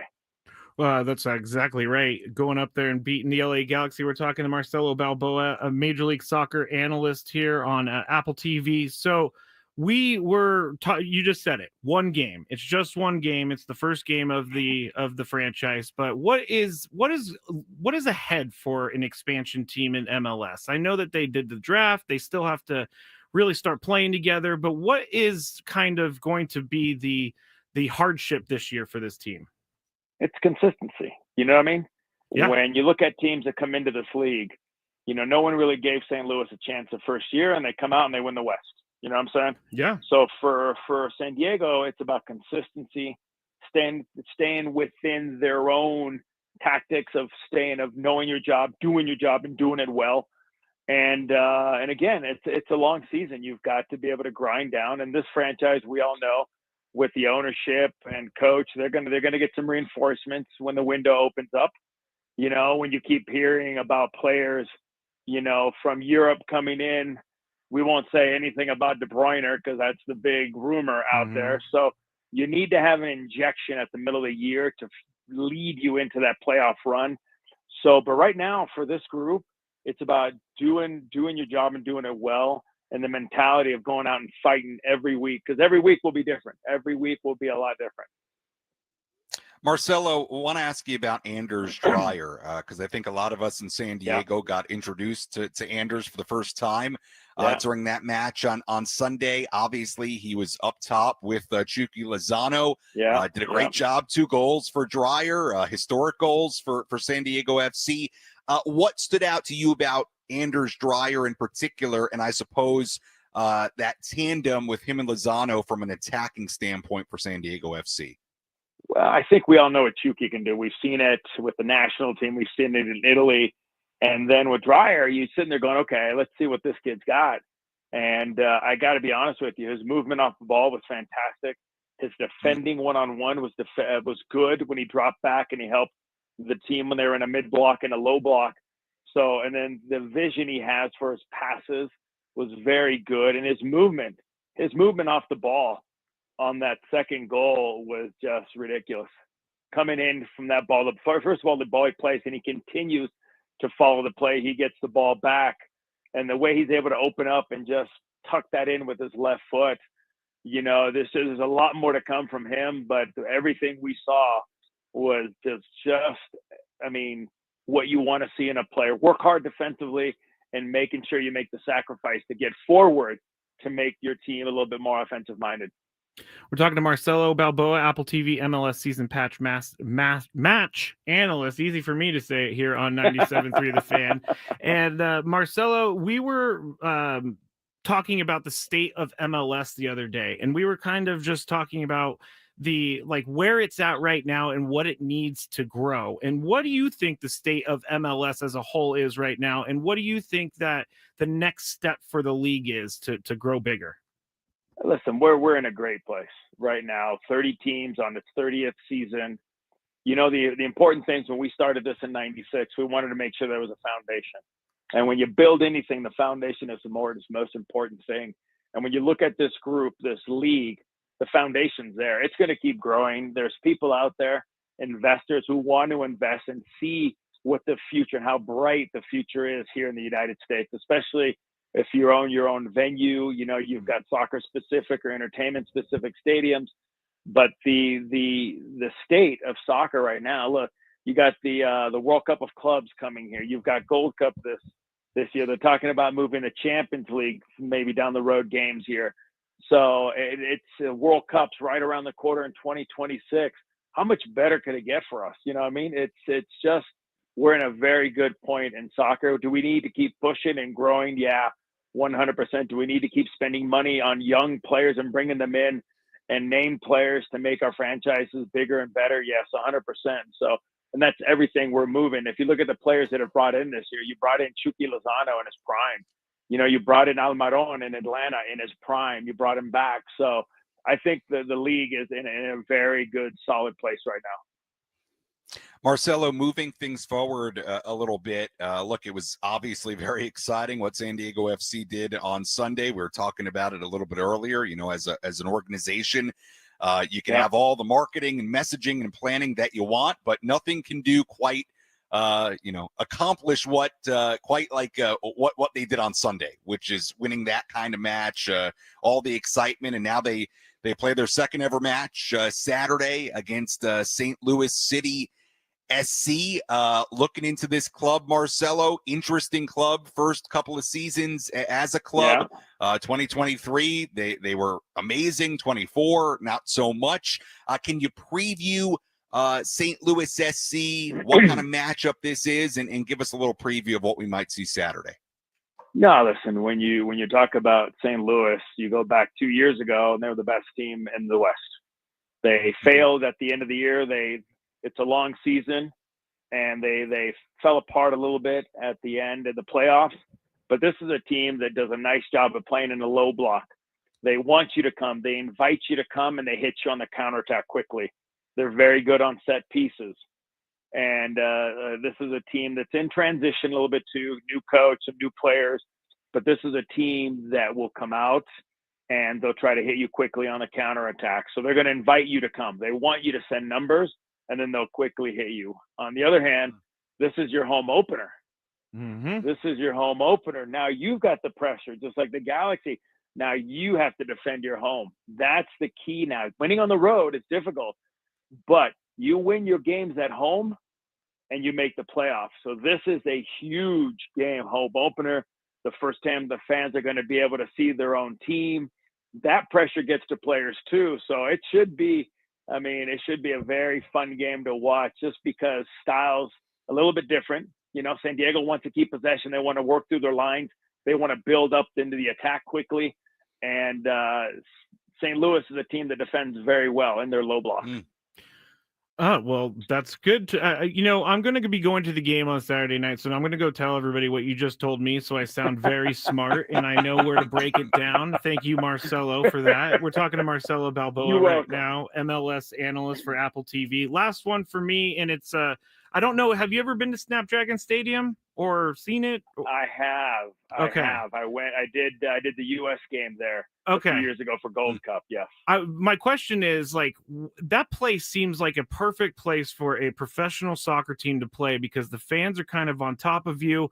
There's no real bad seat in the house. How much do fans affect the way a soccer team plays? Listen, the home fans are always important. You know, the energy. There's a lull in the game. They can pick you up. So having the fans right on top of you. And I remember watching when the U.S. played Panama there. Very, very loud, very vibrant stadium. And again, the fans are the most important part, because when things are going great, they're there. When they're not going there, they can pump you up. So it's a great stadium, absolutely fantastic stadium. Remember, I played in the old Qualcomm with the national team. So it was horrific to play. Oh man, it's a cavernous place when it's not all full. Yeah, exactly. I went to quite a few San Diego State football games there that was not full. So it's nice that Snapdragon is there. It's a very nice, beautiful venue, and hopefully this weekend it will be sold out. I hope so too. Well, thank you so much for coming on the show, Marcelo. Hopefully we can get you on here in the coming future, but appreciate your time. I am around, and we'll see you guys. We're there for the San Diego Columbus game, so we'll see you then. All right, perfect. Thank you so much. Thanks, Marcelo. That was Marcelo Balboa, Apple TV MLS season pass match analyst on 97.3 The Fan.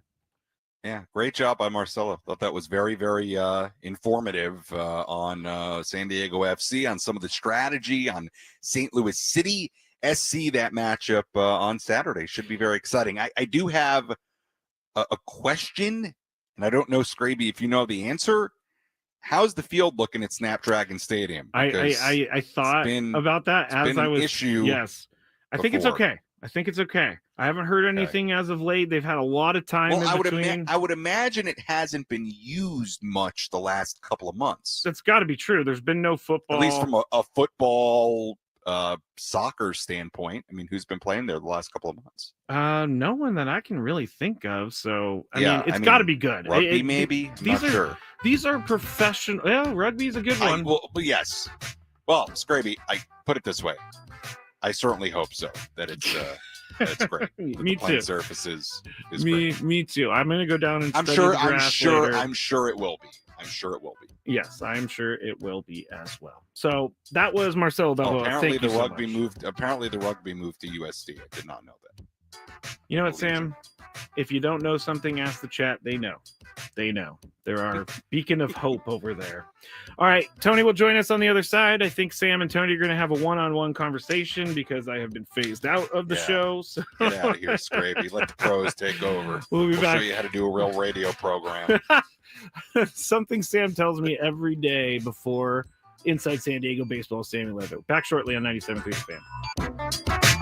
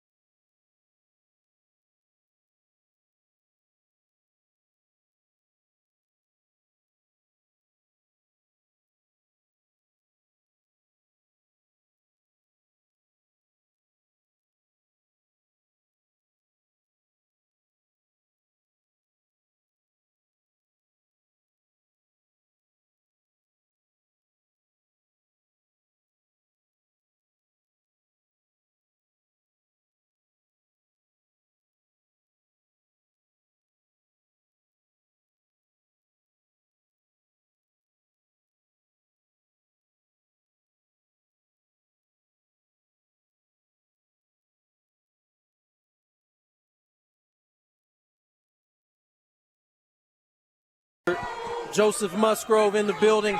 Give him a round of applause, everyone. What's up? It's not a bad setup right here, huh? No, not at all. Not at all. How you doing, Joe? I feel great, man. Yeah, really good. Excited. I heard you say on the stage today, 2 months away from throwing a baseball. Yeah. What are those 2 months going to be like for you? A lot of patience, you know. I've been working really hard, man. Been really diligent with the rehab. The strengthening stuff has all been, you know, right on par. I've kind of hit every checkpoint with ease, and that was something that was told to me early on. Is like, you know, really give it the time that you need on the front end. You don't throw for 6 months regardless, so you know, don't try to go out and be a hero and get yourself throwing in 4 months. Just, you know, do all the rehab, hit all the checkpoints, and then, you know, maybe make up some time on the back end, you know, once I'm consistently throwing. So strength feels really good. It's just, you know, getting the shoulder moving again and back in like certain ranges before I start playing catch. For those who may not know, I don't think it was ever going to be in question whether Joe was going to attack his rehab the way he has already started to attack it. This is one of the most hard-working people I've ever been around. But this is new territory for you. Yeah. I mean, you are a guy who I consider well-educated on anything he's about to walk through. Yeah. What was your education like leading up to surgery? I know you must have talked to a billion people. You don't leave stones unturned. Yeah. What was that like, getting yourself prepared for this surgery? Yeah, I got a notebook full of pages of you know, conversations, phone calls, doctor visits. I, you know, vetted 3-4 different doctor options. Called everybody I knew that had, you know, had Tommy John. Called guys that had had it twice, and you know what the difference was the second time around compared to the first. So. This is your first, correct? My first one, yeah. So I feel like I've done, you know, every bit of the homework that I could. I feel like I was as prepared and as, you know, educated on, you know, the process as possible. And now it's just, you know, putting the, you know, the lessons that I've learned from other people and their experiences, along with, you know, the feel and the trust that I have for myself. We're talking to Joe Musgrove here on 97.3 The Fan. And Joe, last year you called into our show. And yeah, there we go. You played a prank on me, and it was a really good prank because my heart stopped a beat for a second, and it still does. But I appreciate you doing that. This is the first time we've actually been able to talk about it. A little locker room talk. It's all good, baby. I told him, I told these folks that his eyes almost popped out of his head when Joe got on that phone. Well, yeah, when I'm told I can't come into the clubhouse, it's a little concerning, considering, you know, I'm not that crazy of a guy, but no, anyway. You're good by us down there. You're okay, welcome good. whenever. All right. I just wanted to ask you about the mental side of things, because it's got to be hard knowing you're coming into the year you're not going to pitch. Right. But you still have to keep working. How do you stay in that zone?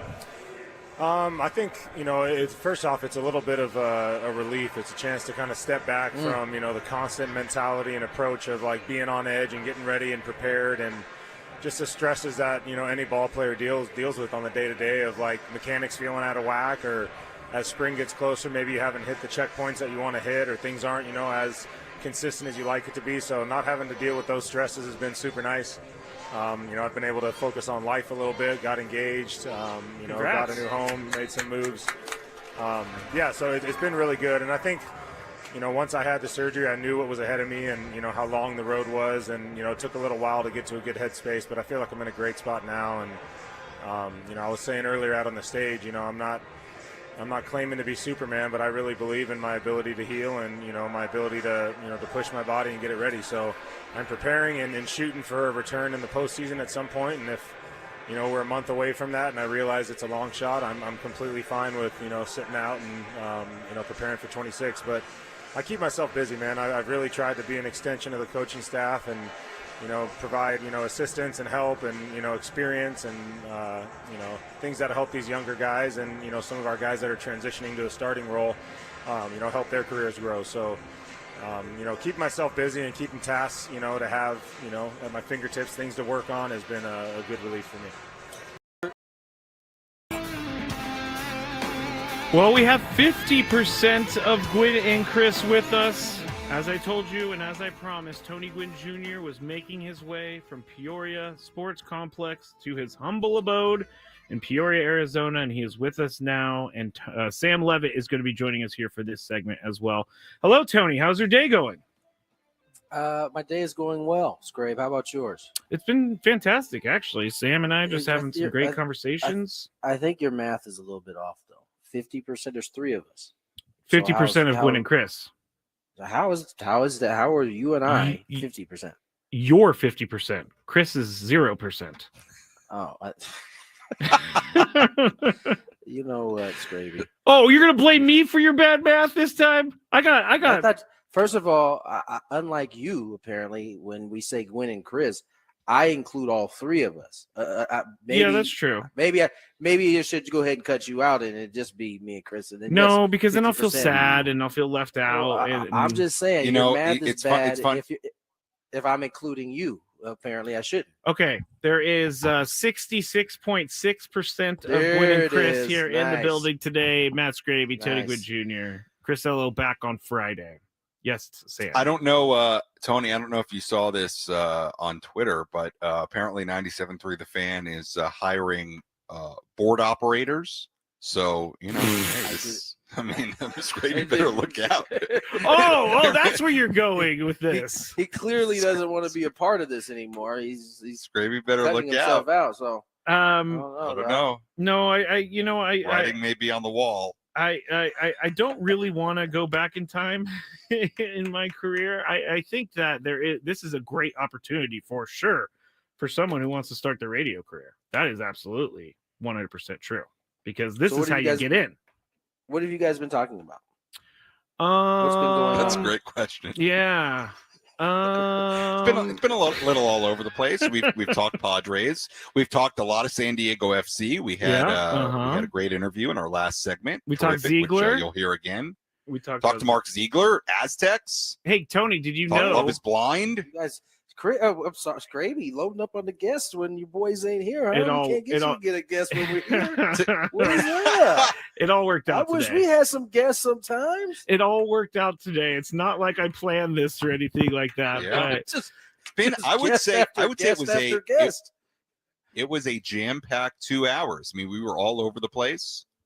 Love it. Aztecs, Padres, San Diego FC. We talked TV. Love is Blind. We talked Peoria. Yeah, 2 hours, jam-packed. Quality radio program. Apparently, Jesse and I are making the rounds for our laughter when Mike Malinsky decided that he made when he had the the ABS call. Did you guys see this? No, what? I didn't. I saw Jesse post about it, I think, on Instagram. I haven't watched. Yeah, well, so Brett Sullivan and home plate umpire Mike Malinsky, who I think is a great umpire, and actually has a sense of humor, right? I don't know that the people could hear what I could hear in my ear. And that was Mike Malinsky and Brett Sullivan kind of giving each other, right? Business. At one point, I think Malinsky says, horse bleep frame job or something along that line. It was like 2 pitches before, and then 2 pitches later, there's a close call, and Brett Sullivan challenges it. And so we go to the screen. It comes back. Mike Malinsky got it right. He comes back on and he says, what did he say? Gosh, I can't remember. I'm trying to look for this right now. Quote. Hold up. I'm going to get it for you. Gosh, I think it's something along the lines of, as expected, the call was correct. Oh, let me pull it up because I know I'm messing it up right now. But it was hilarious. Both Jesse and I started. Oh, that's what it was. The call is surprisingly correct. Surprisingly correct. He was, and I think he was giving Brett a hard time because they had been kind of going back and forth. But it was all in good fun. Nobody was mad at each other. Yeah. I assume, but it was quite hilarious. It was quite hilarious. I like that. You know what it reminds me of, Tony? I don't remember the NBA referee's name that when he does the review announcements into the camera, like he really plays it up. He's like doing a whole Scott Foster. Is it? Whoever Scott it Foster. is. Yeah. I love that. So hey, if they want to get like sort of personality with these announcements, I'm in. That'd be kind of cool. I think. I little think dangerous. The reason why it works so well is because it's Mike. I don't think there aren't enough guys who are okay making fun of themselves, and so therefore it makes it a little bit less. I don't know that there's enough. I would love it, and I would love to be wrong on this, but I don't think there are enough umpires that have his type of person. I mean, this guy was rocking a man bun a few years ago, and rocking it proudly, no shame at all. And so, yeah, I don't think there's enough guys, but it was funny. It was definitely funny. Yeah. What'd you think of the pods today, Sam? I'm interested to hear your thoughts. To be honest with you, I didn't see much. Because you were on the show. Yeah, well, I didn't. To be honest with you, I had enough time to probably watch Kolek start and stick around for like an hour or so. But I'm going to be honest with you. I'm just going to be honest. I was out of there by 12:30. Stopped at Trader Joe's on my way home. Got groceries. Cleaned up my apartment. I'm just gonna. I could I have caught the beginning of the game? I could. So I haven't seen a pitch that Kolek threw or anything. But the box score looked good, Tony.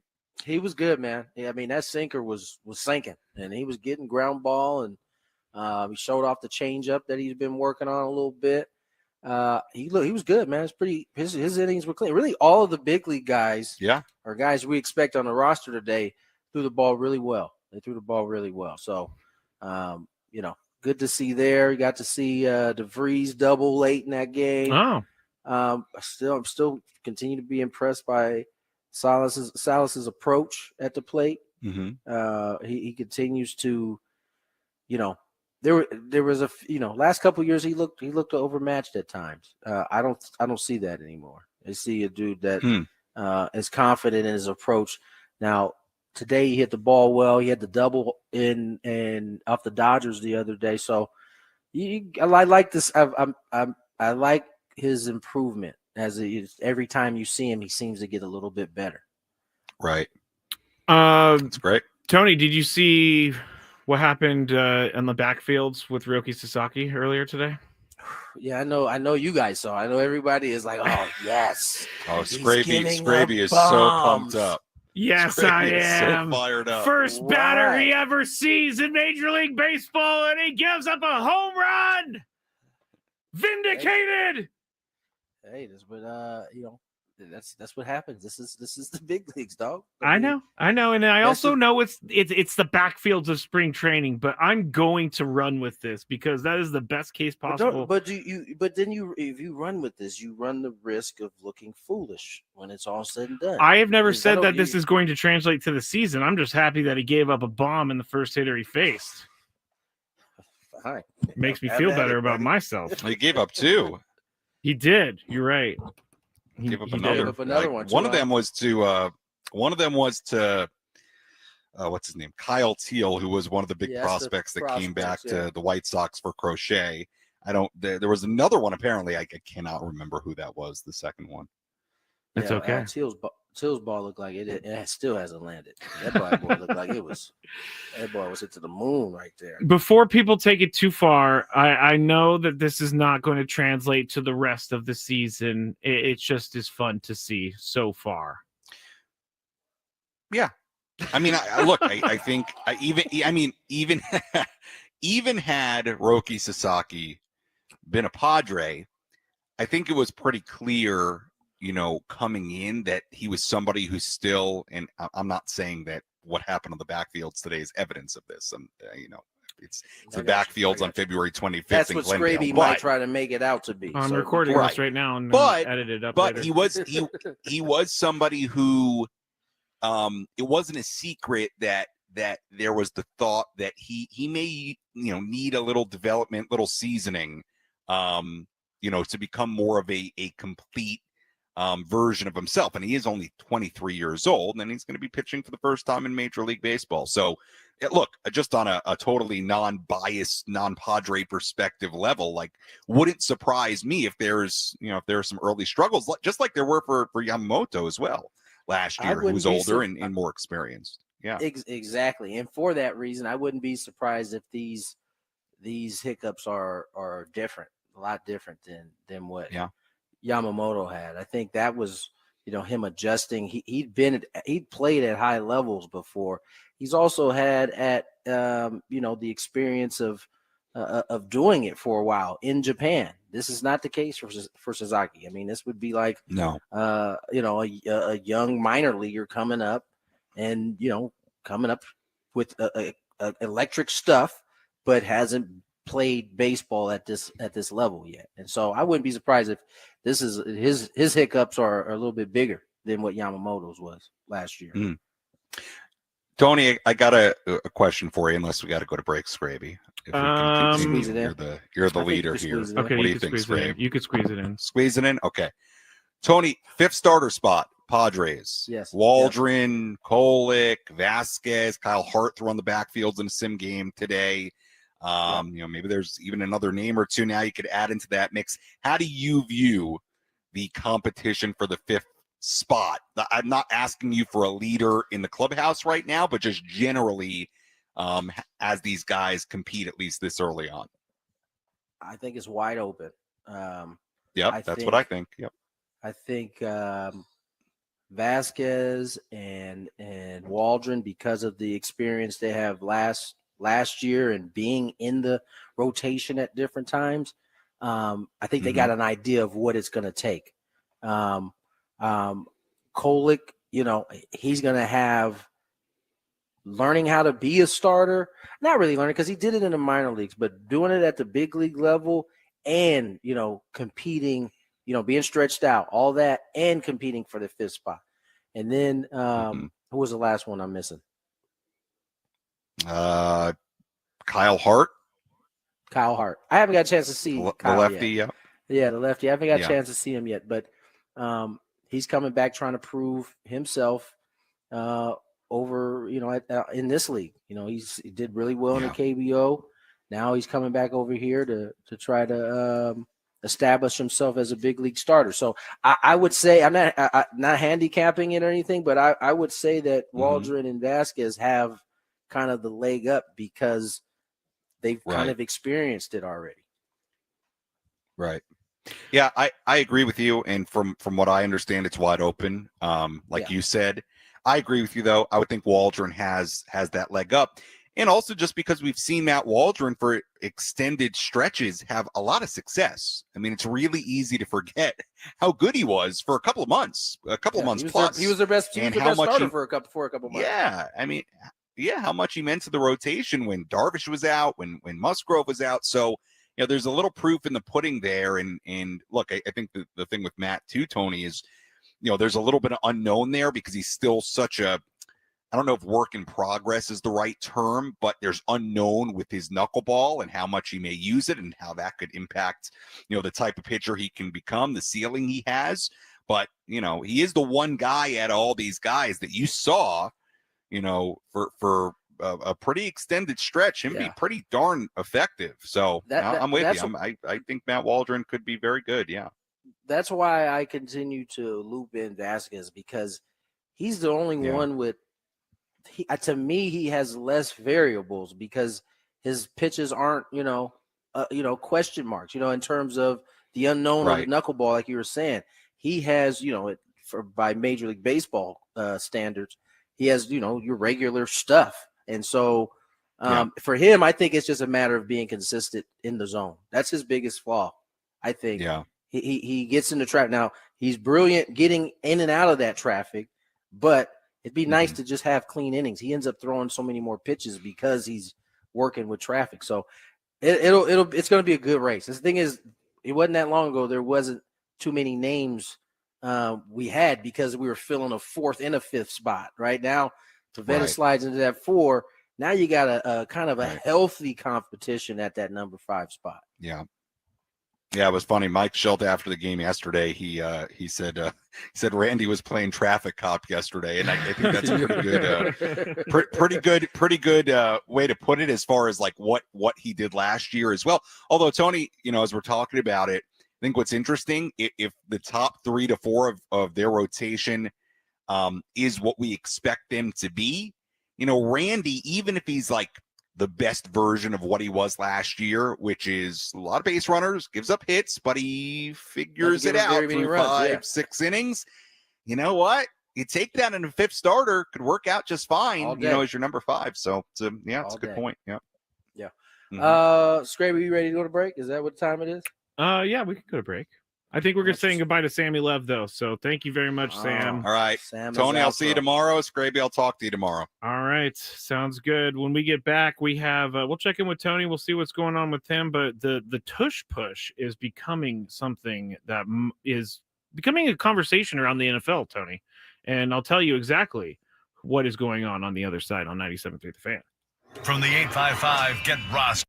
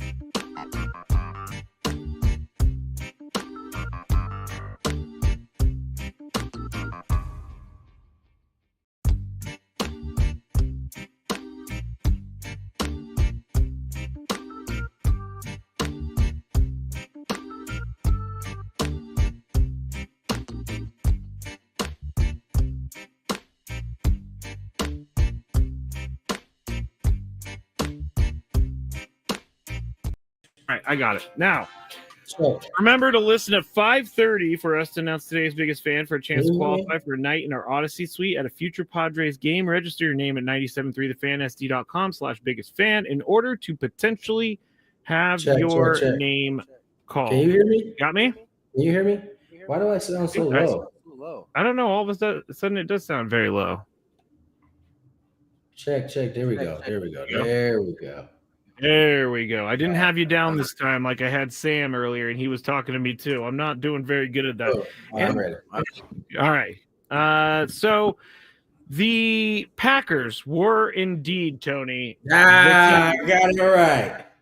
That is complaining about the whole tush-push thing. Now, we have some more information on it, and Nick Sirianni has also spoken out about it. But what Packers CEO Mark Murphy said about the whole tush-push thing, it's very apparent as to why they hate it. So he was asked on their website in like a Packers.com article, what are your thoughts on the brotherly shove? It seems that the Eagles have perfected it.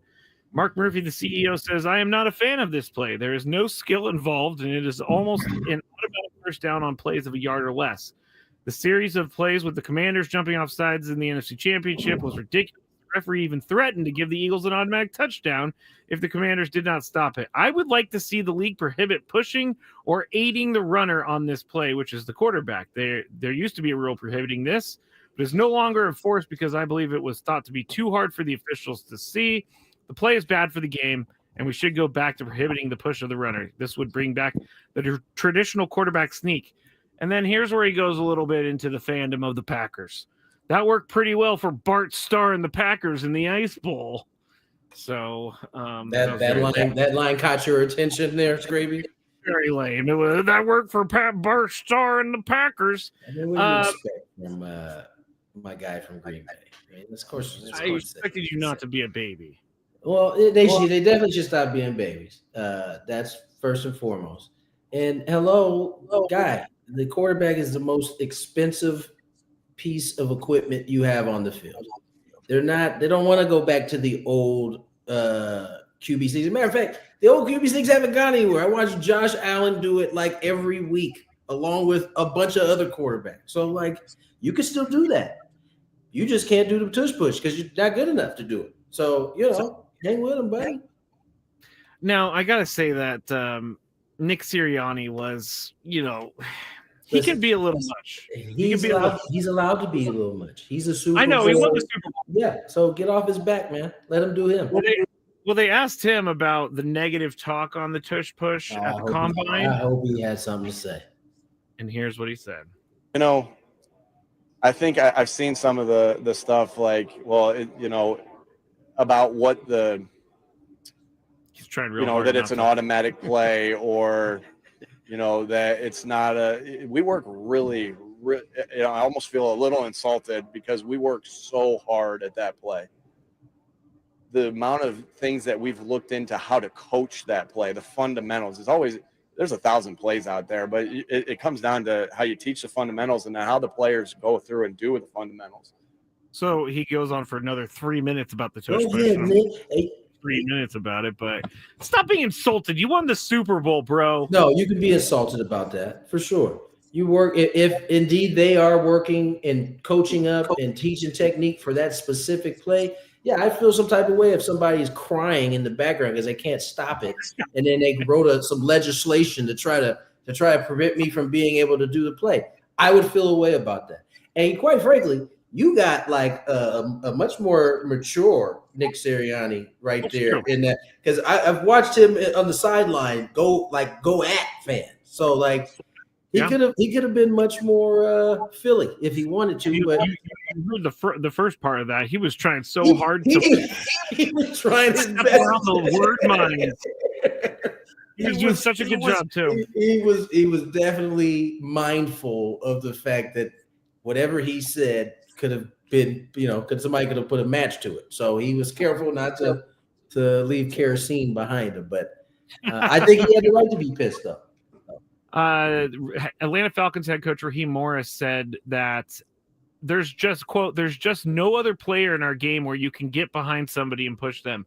I actually think there is some sort of fairness into pushing the quarterback from behind. I'm not going to ban the play. I'm not going fairness. There is some type of fairness. What is that word you're trying to use? Yeah, I don't know. There is something to not being able to push the quarterback. I think that's where the play goes wrong because there's zero chance to stop people who are moving forward when you were trying to go the other way. It's not happening. No, that's not true. If that's the case, everybody would be doing the tush push. Yeah, it doesn't work. If that was truly the case, I think people would feel differently about this. But it's not. It is unique to one team. It's unique to one team. I mean, there's other teams that have done it and had success, but they haven't had the kind of success Philly does. It is an automatic first down, touchdown, whichever one they're trying to get when they do it. That is true. I'm not going to be the guy that wants to ban it. I did want to ban it a few years ago because it is really annoying when you're playing against the Eagles and you're like, oh, great. Don't get in fourth and inch situations. That's how you beat. That's how you got to do it. Easier said than done. Fair. I think the Eagles kind of play for that sometimes. Why wouldn't you? Get it. Why wouldn't you? Let's just get it. Let's get it to within one. If we get it to within 1 or 2 yards, we're good. We're good. 3rd and 5. We don't need to pass. We're just going to run it. We're going to see how much we can get, and then we're going to push it. So on 3rd and 5, you got to make sure you give up 1 yard or less. Keep them at 5. Make them have to throw it. That's just what you got to do. That's fair. But I think it's hilarious that the Packers are trying to. I think it is too, and I think it's even funnier that they tried to get their. I don't know if I shouldn't say that. I don't know that they tried to get their names off of it, but it went from I saw Green Bay to unidentified team, which I find kind of funny. That means that they wanted their names. That's what I'm saying. That's where we're going with that. All right, Gwynn and Chris, Tony Gwynn Jr., Matt Skraby. We have the Big Five on the other side. And have you heard Channing Frye's opinion as to why no one wants to be the face of the NBA right now? Yeah, and I think it was kind of tired. Really? I think it was kind of tired. I mean, there's some truth to what he said, but we'll get to it. We'll get to it in the Big Five next on 97.3 The Fan. Gwynn and Chris on the Fan. All right, Skraby, we've kind of stepped all over the game show. Yes, here. I'm aware. What do you want to do? Well.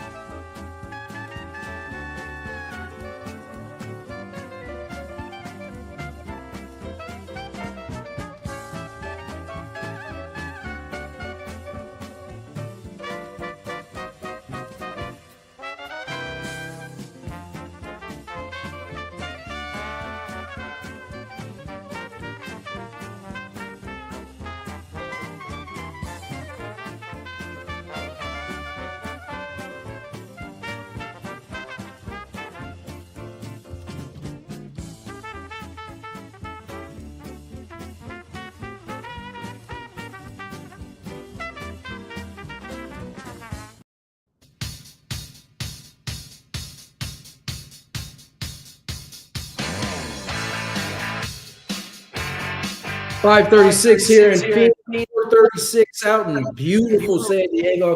I'm looking at the backdrop behind you there, Scrape. Looks pretty awesome as usual. Pretty fantastic, I gotta say. People often comment on that, and they're like, "Can you move your head so I can see out the window?" Your head is kind of in the way, dog. I'm just saying. It's always in the way. It's in the way of you looking at the clock. It's in the way of the window. It looked good though. Scraby's got a big 5 lined up for us. Is traffic ready, my friend? Traffic is ready. Well, let's check traffic and get to the big 5. From the 855 Get Ross Traffic Center, protecting San Diego after accidents or injury, here's Kelly Danick. Traffic is sponsored by Valvoline Instant Drive-Thru Oil Change, your trusted instant drive-thru oil change.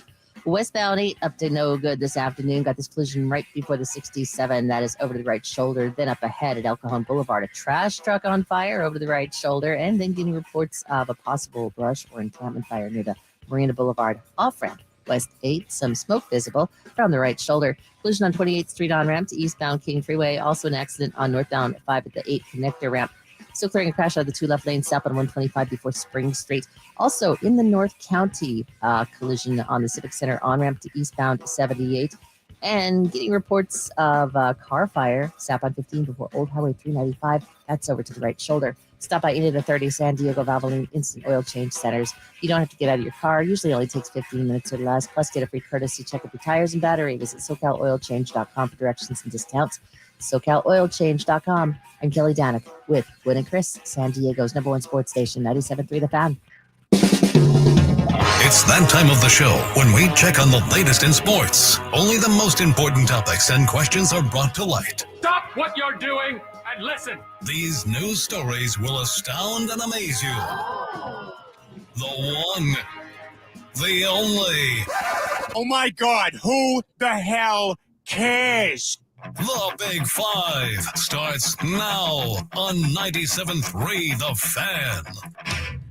All right, we have a quick update on something that we talked about yesterday before we actually get into the Big Five, and then we're going to be talking about the Aztecs, Aaron Rodgers, Channing Frye, and then Matthew Stafford is on his way out of the Rams. I have a feeling because there's some reports as to what they would do if Matthew Stafford was traded by the Rams, so we'll get to that in a little bit. But yesterday, Chris was talking quite a bit about what happened between Arizona and the BYU and the Arizona fans on Saturday night. The fans were chanting some pretty terrible things to the BYU players, and the Arizona athletic director has come out and they have put out a statement apologizing to BYU for this. Now, it's great to have an apology, but does it really mean anything? It's just a statement. Yes, there's everything can't have like actual like feel of justice all the time. Like, what else could be done? Are you looking for? No, I'm not. No, I get what you're saying. Yes, you know what I'm saying. Like, if they didn't apologize, that's probably as offensive, right? I mean, not owning your behavior. So, I mean, I don't know what else there is that could be done in this instance, but it's good to see that you said the AD or the AD, yeah. The AD is apologizing for behavior. Now, I only know kind of the outskirts of this story. BYU went into Arizona. They won, right? They won by 1, and I think there was a foul or there was something that happened that gave BYU some free throws that put them ahead late in the game, and it caused Arizona to lose 96-95. And so fans were saying crazy off the wall type stuff. Yeah, they're making fun of their religion. Yeah, that's usually where people go with that. Unfortunately, I guess you're right. Yeah, I mean, apology is in order. I'm glad that they did it. Yeah, it's better to do it than not do it at all. I'm just going for the hot takes all day today. Yeah, man, hot take Matthew over here. Number 5. Let's start with the Aztecs. They play New Mexico tonight at home, and we talked to Mark Zeigler earlier, and he basically said he didn't want to say that they need to win the rest of the regular season to get a spot in the tournament without having to win the Mountain West tourney, but they probably need to win tonight and the rest of the way to get that spot. We didn't know what to expect, though, coming into this year, And I think this team has outperformed the expectations of everyone because they are so young. But Tony, if the Aztecs don't make the tourney, is this a disappointing season? It's disappointing. I don't know that it's disappointing. It's disappointing from the standpoint that I think we all got our hopes up that it could be something crazy this year, especially after they beat Houston. Yeah, true. I think, expectations may have changed at that point. I think at this point, anytime the Aztecs don't get to an NCAA tournament, it's disappointing. I think we have moved beyond, I think we are at the point now where missing will be disappointing. I think they were right for them to have that responsibility. Dutch has just continued what Coach Fish did while he was there, and I think this is what happens when you move into that next level in terms of expectations. And now the expectations that we definitely making it. It's just a matter of how far we're gonna go when we get in.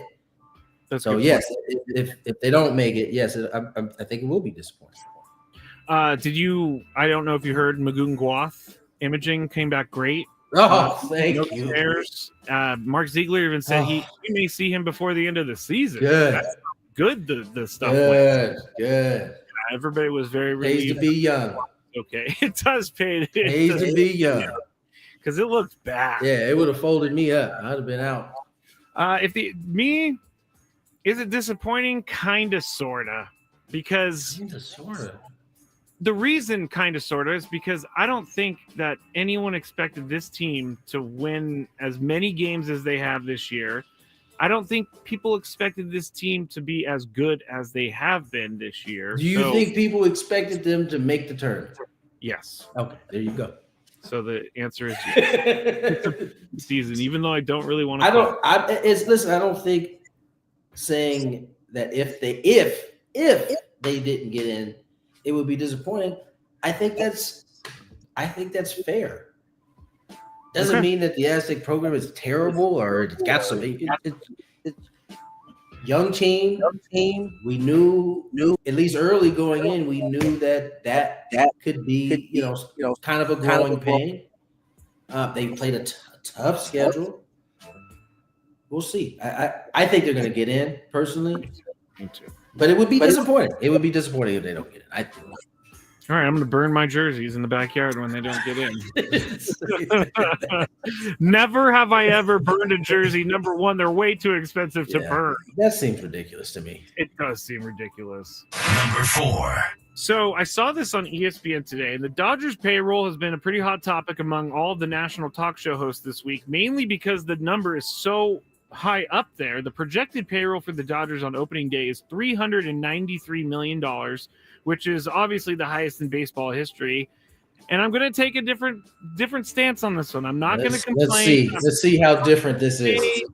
That the Dodgers are cheaters. I will say this is like kind of borderline video game stuff, though, where you're just stacking a team. But I'm not going to complain, even though I just complained. I'm up first. How much focus will this be in the next CBA? I want it to be a big focus. I do.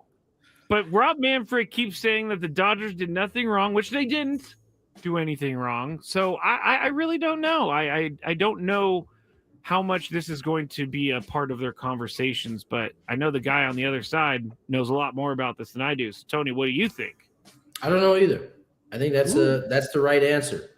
But I think you'll find out how important this issue is if the players and the owners go into negotiations, and we're not hearing this being one of the talking points or things that's being negotiated, that immediately tells you that it's not a big deal. Or give you another scenario. It starts out as something that's an issue, and then pretty quickly it goes away and it's not being discussed. We'll let you know that it probably isn't as big a deal to the owners as it is to the fans. So I'm more interested because I want to see how important these things are. Because if they don't think, trust me, if the owners think that it is hurting their business, they will do something different, or they will push to do something different. That's true. They're not in the business of losing money, period. So if they really believe that a team like the Dodgers is hurting business or is bad for baseball, they'll do something about it. That's true. That's true. When's the next TBA? It's not after. Is it before 20? It's before 26 or after 26? Actually, let me see. MLB CBA. It says anyway. I'm 26. I think it's 2026, bro. 26, bro. Okay, 2026. I believe you. Let's get to the next. Number 3. Apparently, Aaron Rodgers was loved by at least some people in the Jets locker room last season, so much so that star defensive tackle Quinn Williams posted a thumbs down emoji on X when word of the team's plans leaked on February 9th to let him go. New head coach Aaron Glenn said he spoke privately with Williams about it, and Glenn later said, quote, "Listen, this is not going to be the last decision I make that's going to upset some people, and that's okay. But as men, we talk about it. We make sure we keep it in-house, and that's what we're going to continue to do," end quote. Tony, do you agree with this style for the Jets? What's the style? Hard nose. You're not going to get away with nothing. Like, that's what Glenn is trying to establish. Like, wait, no one is above the law. Where are you? Where are you coming up with that? Where am I coming up with that? Yeah, what makes you think that he is doing my law or no law or whatever it is you're saying? I did not say my way or the highway. I did not. He's trying to establish the law. We're trying to establish a culture where no one player is bigger than the team. You're talking about him getting rid of Aaron Rodgers? Correct. Or allowing him to go? Oh, okay. I didn't know you were talking about Quinn Williams. That will change. That should change some of the stuff that happens inside the locker room. But apparently some people were mad. But Aaron Glenn is basically saying, hey, this is my decision. You may not agree with it, but it is what it is, and we're moving forward. And you're asking me, what's the question again? I'm sorry. Do you agree with him?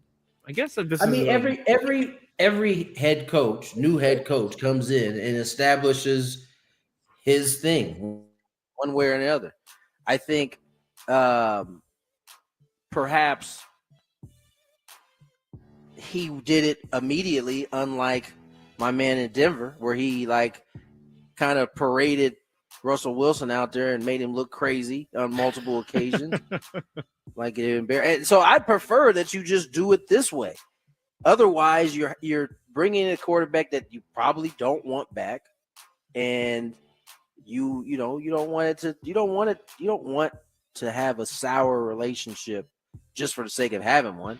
So why not? If you don't believe in the quarterback, or in this case, the quarterback and Aaron Rodgers, get him out of there. And that's what he did. I don't know that it's I think he is trying to set culture in terms of we are a team. If I think as he told Aaron, if he came back, he would have to be there for OTAs.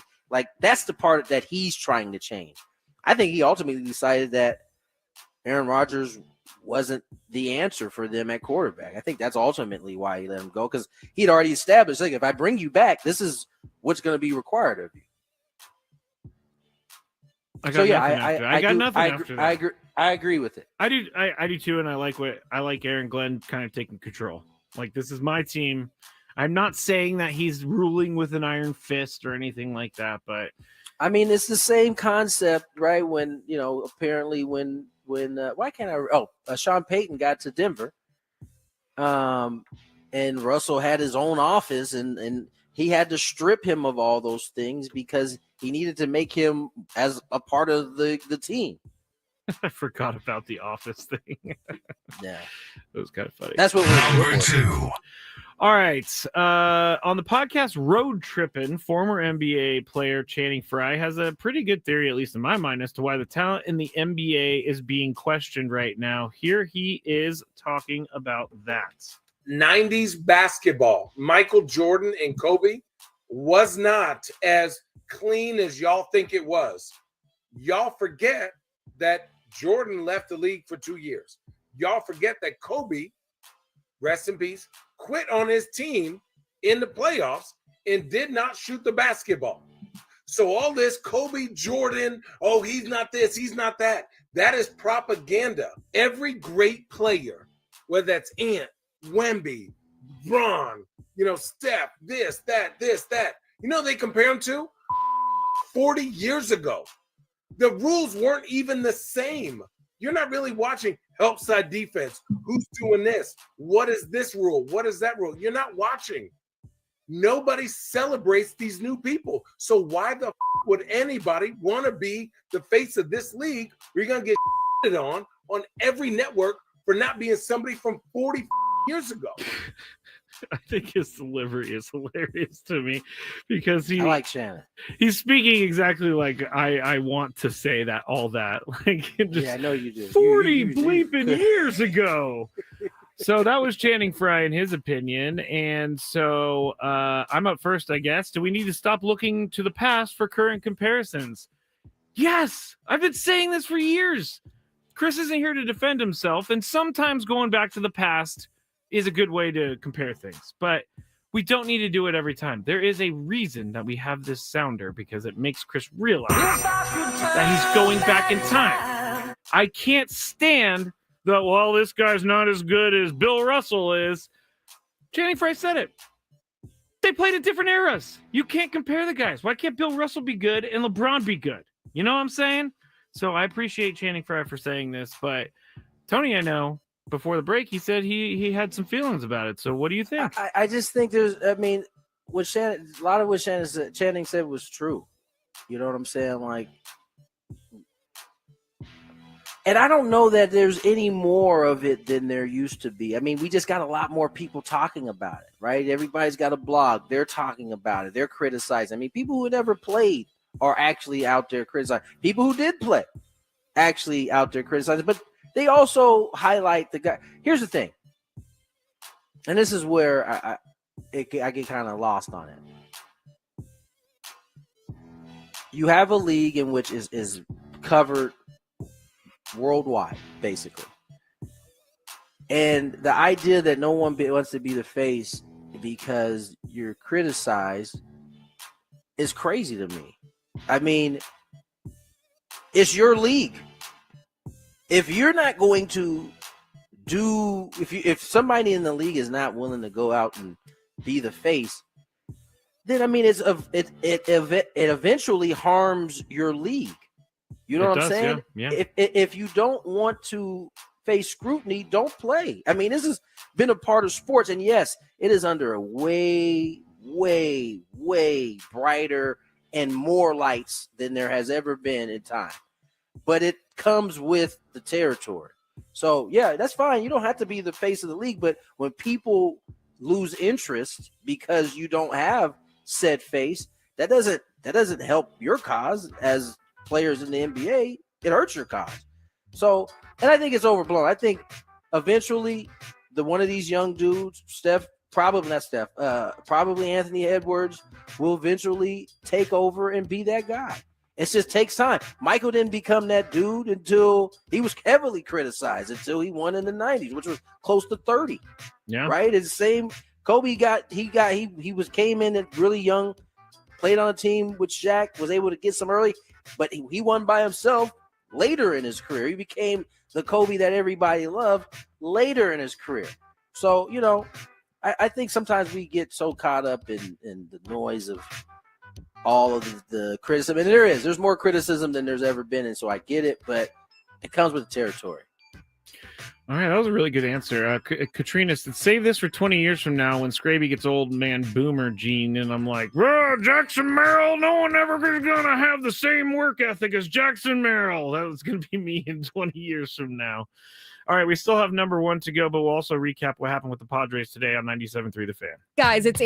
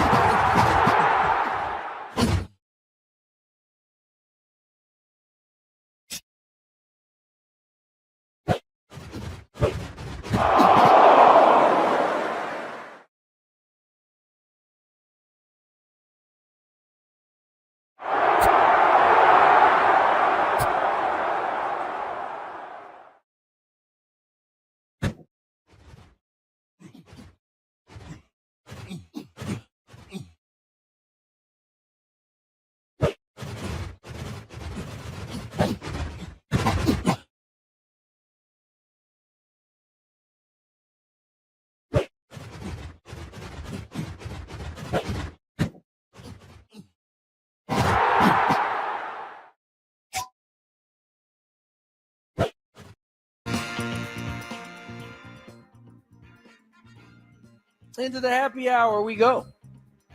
5 o'clock for like a few more seconds, and then it's going to be 5:01. Tony Gwynn Jr., Matt Skraby, finishing up.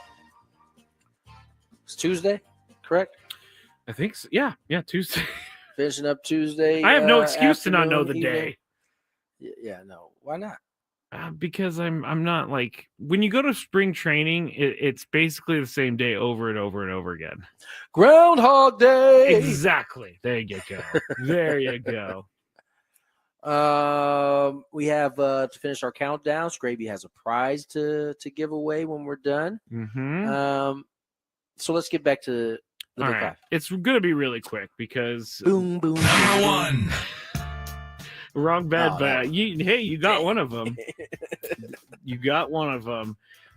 The number 1, Matthew Stafford being traded by the Rams thing is picking up steam, and some think it's going to happen with Matthew Stafford being given permission to speak with other teams. The reports out of Ramsville, that's what I'm calling it, is they would be okay. Not a place. It's a place. If Fansville is a place, then Ramsville is a place. Ramsville is not a place, Gravy, no matter how much you say it. Let's go. The reports out of Ramsville is they would be okay going into 2025 with Jimmy G as their full-time starting quarterback. Jimmy G's back. Tony, if Jimmy G is he still a starter in the NFL? I don't think so, but he has a good head coach over there that may feel differently, and so listen, if he feels like that, maybe he's been able to help fix him. But what I remember of Jimmy is he used to feel the pressure that wasn't there a lot of times and just throw that ball up for grabs, which doesn't do well. I think the Stafford time I think the Stanford era has been good. He got a Super Bowl. He's been, to a few, a conference championship, or he's been to a couple divisional rounds. Outside of that, he made the playoffs more often than not. Made the playoffs, yeah. So I think it ultimately you traded your quarterback you had straight up for Stafford, and it's worked to your favor. Detroit's gotten better. They ain't won a title though in that time frame. So right now they're the winners now. But I think that era was going to always be shorter because he was older than Goff.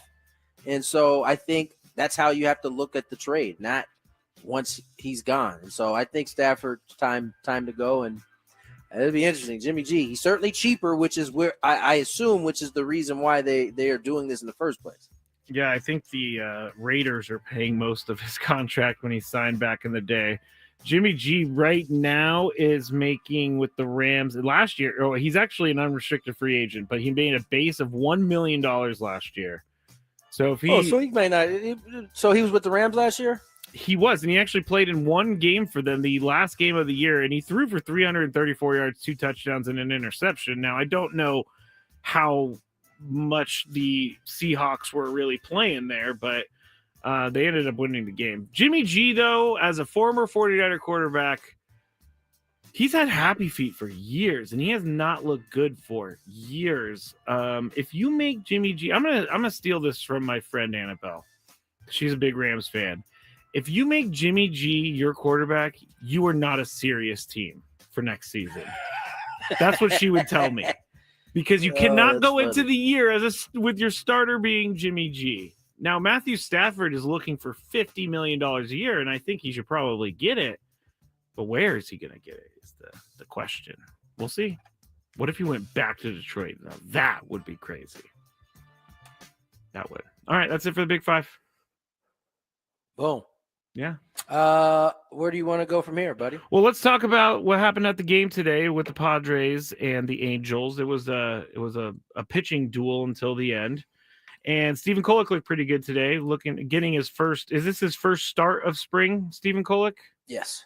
Okay. Yes, he looked really good. And do you think Oh, I thought you were getting ready to say something. No. I mean, Stephen Kolek is one of those guys that I don't really know what to expect from him this year. I don't know if he's going to contribute. I don't think anybody does with the rotation or bullpen.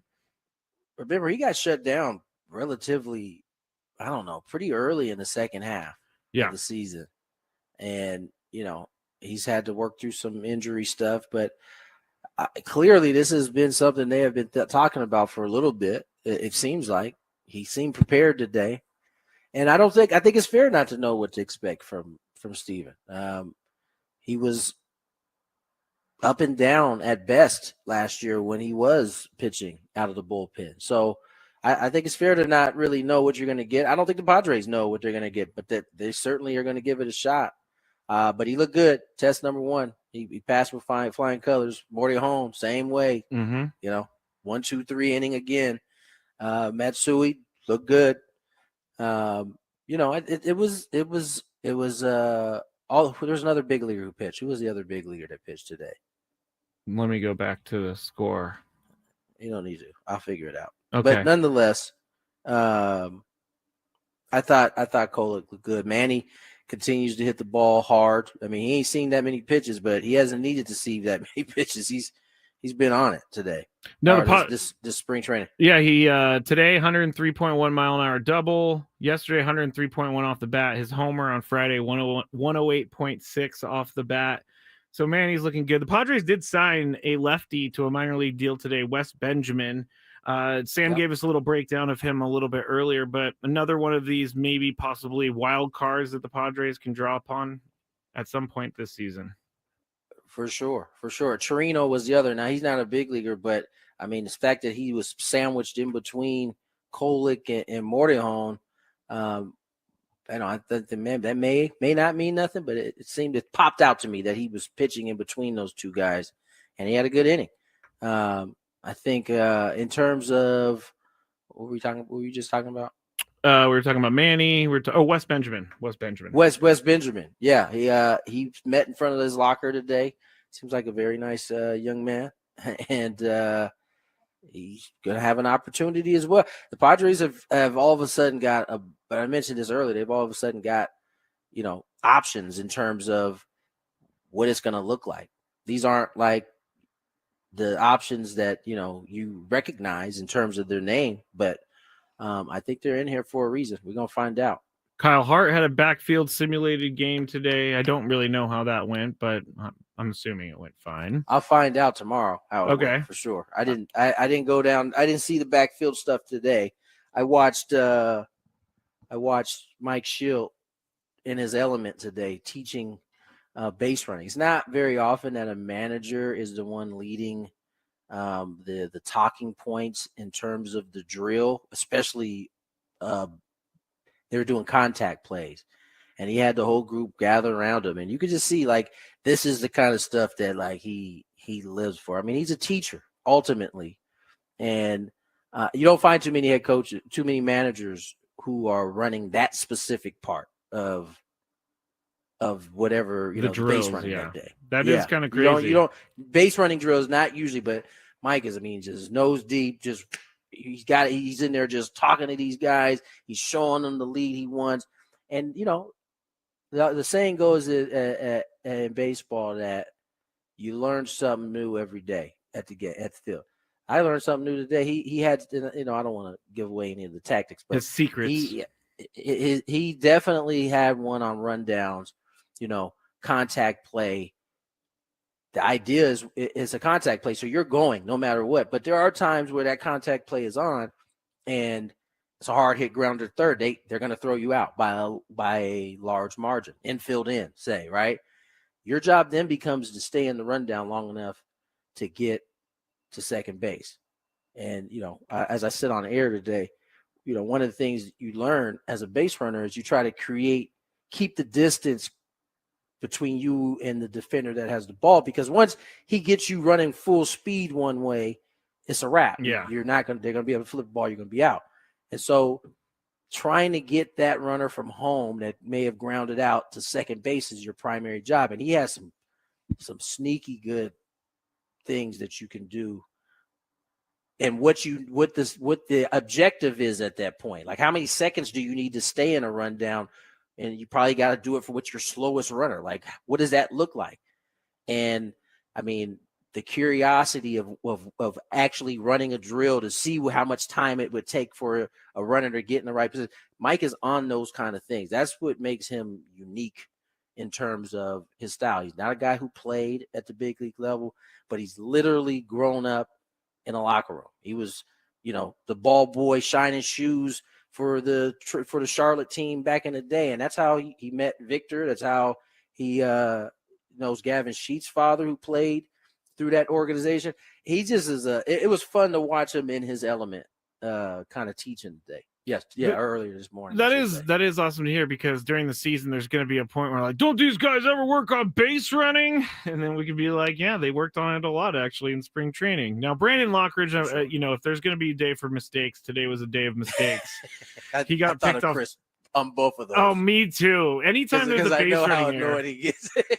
Yes, he hates base running errors so much. So it's kind of funny to hear. Not funny for Brandon Lockridge, but it's funny to hear after Mike Schultz goes over base running stuff, Brandon Lockridge gets picked off. Now they twice. were going. Oh, to be fair, they were going specifically on contact plays.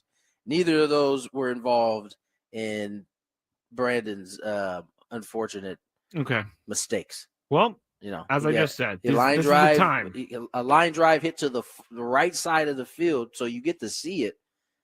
With less than two, you can't. You got to wait to see the ball hit ground before you can even think about going. He also had a pretty nice the base running move when he went from first to third early in the game, and then the catcher or Hoppy had to throw, but he beat out the throw. That was great. That's what I'm saying. He took that extra base, but yeah. Then he gave it right back when he got doubled off. So. Yeah, that's unfortunate. And he knew it. He was upset. He was upset with, especially after the second one. You don't want to be making those mistakes when you are the guy that they're going to look to be, be right. He's a base running specialist. Right. He'll get it right. He'll get it right for sure. All right, let's get to break on the other side. I see that Jackson Merrill got some love today, huh? Yeah, I'm looking forward to hearing what you have to say about this. We'll get into it on the other side. More Gwynn and Chris. Here's some traffic. From the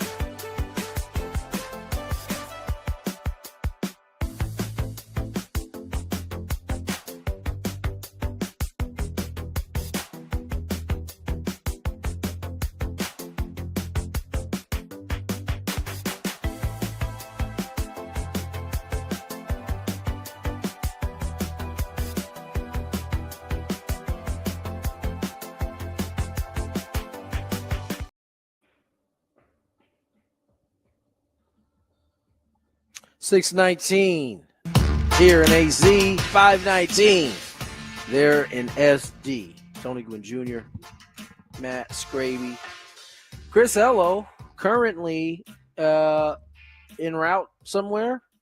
Yeah, Skraby, or is he's he there? going to Air Force. That's where he's going. Air Force. So his travel schedule is cattywampus over the next 3 days. So you'll get a high dose of Sam Levitt, which I think people like. Who I heard got called out on the show earlier today. Yeah, someone on the chat said, "Is Sam on Bumble right now?" Because Now, he was why looking would at they his know phone. that? Was Sam's phone showing? No, on the no, screen? no. It was a lot of thumb movement, to the right or to the left. He recognized the pattern. Oh, huh? it's easy to Now, know. was he actually on Bumble? Or did he? I don't know. he- I don't know. Oh, I never found out. wow. Actually, I need to find out if he actually was on Bumble. But That man was swiping, huh? Yeah. Swiping, no swiping. swiping is a national pastime at this point. Apparently so. I've been it's out the game terrible. for quite a bit, so there was no swiping back in the time. You don't want to that was swipe, something I man. did. You don't Yeah, want no, to I swipe. don't think I want to. I think you're right. I think you're spot on. Jackson Merrill getting some love from our good friend Buster Olney, who put together a top 10 center fielder list. This is in order, as he's kind of really gone through every position to this point. Skrabe, have you seen the list? I have seen the list. So you know that Jackson's sitting at number dos.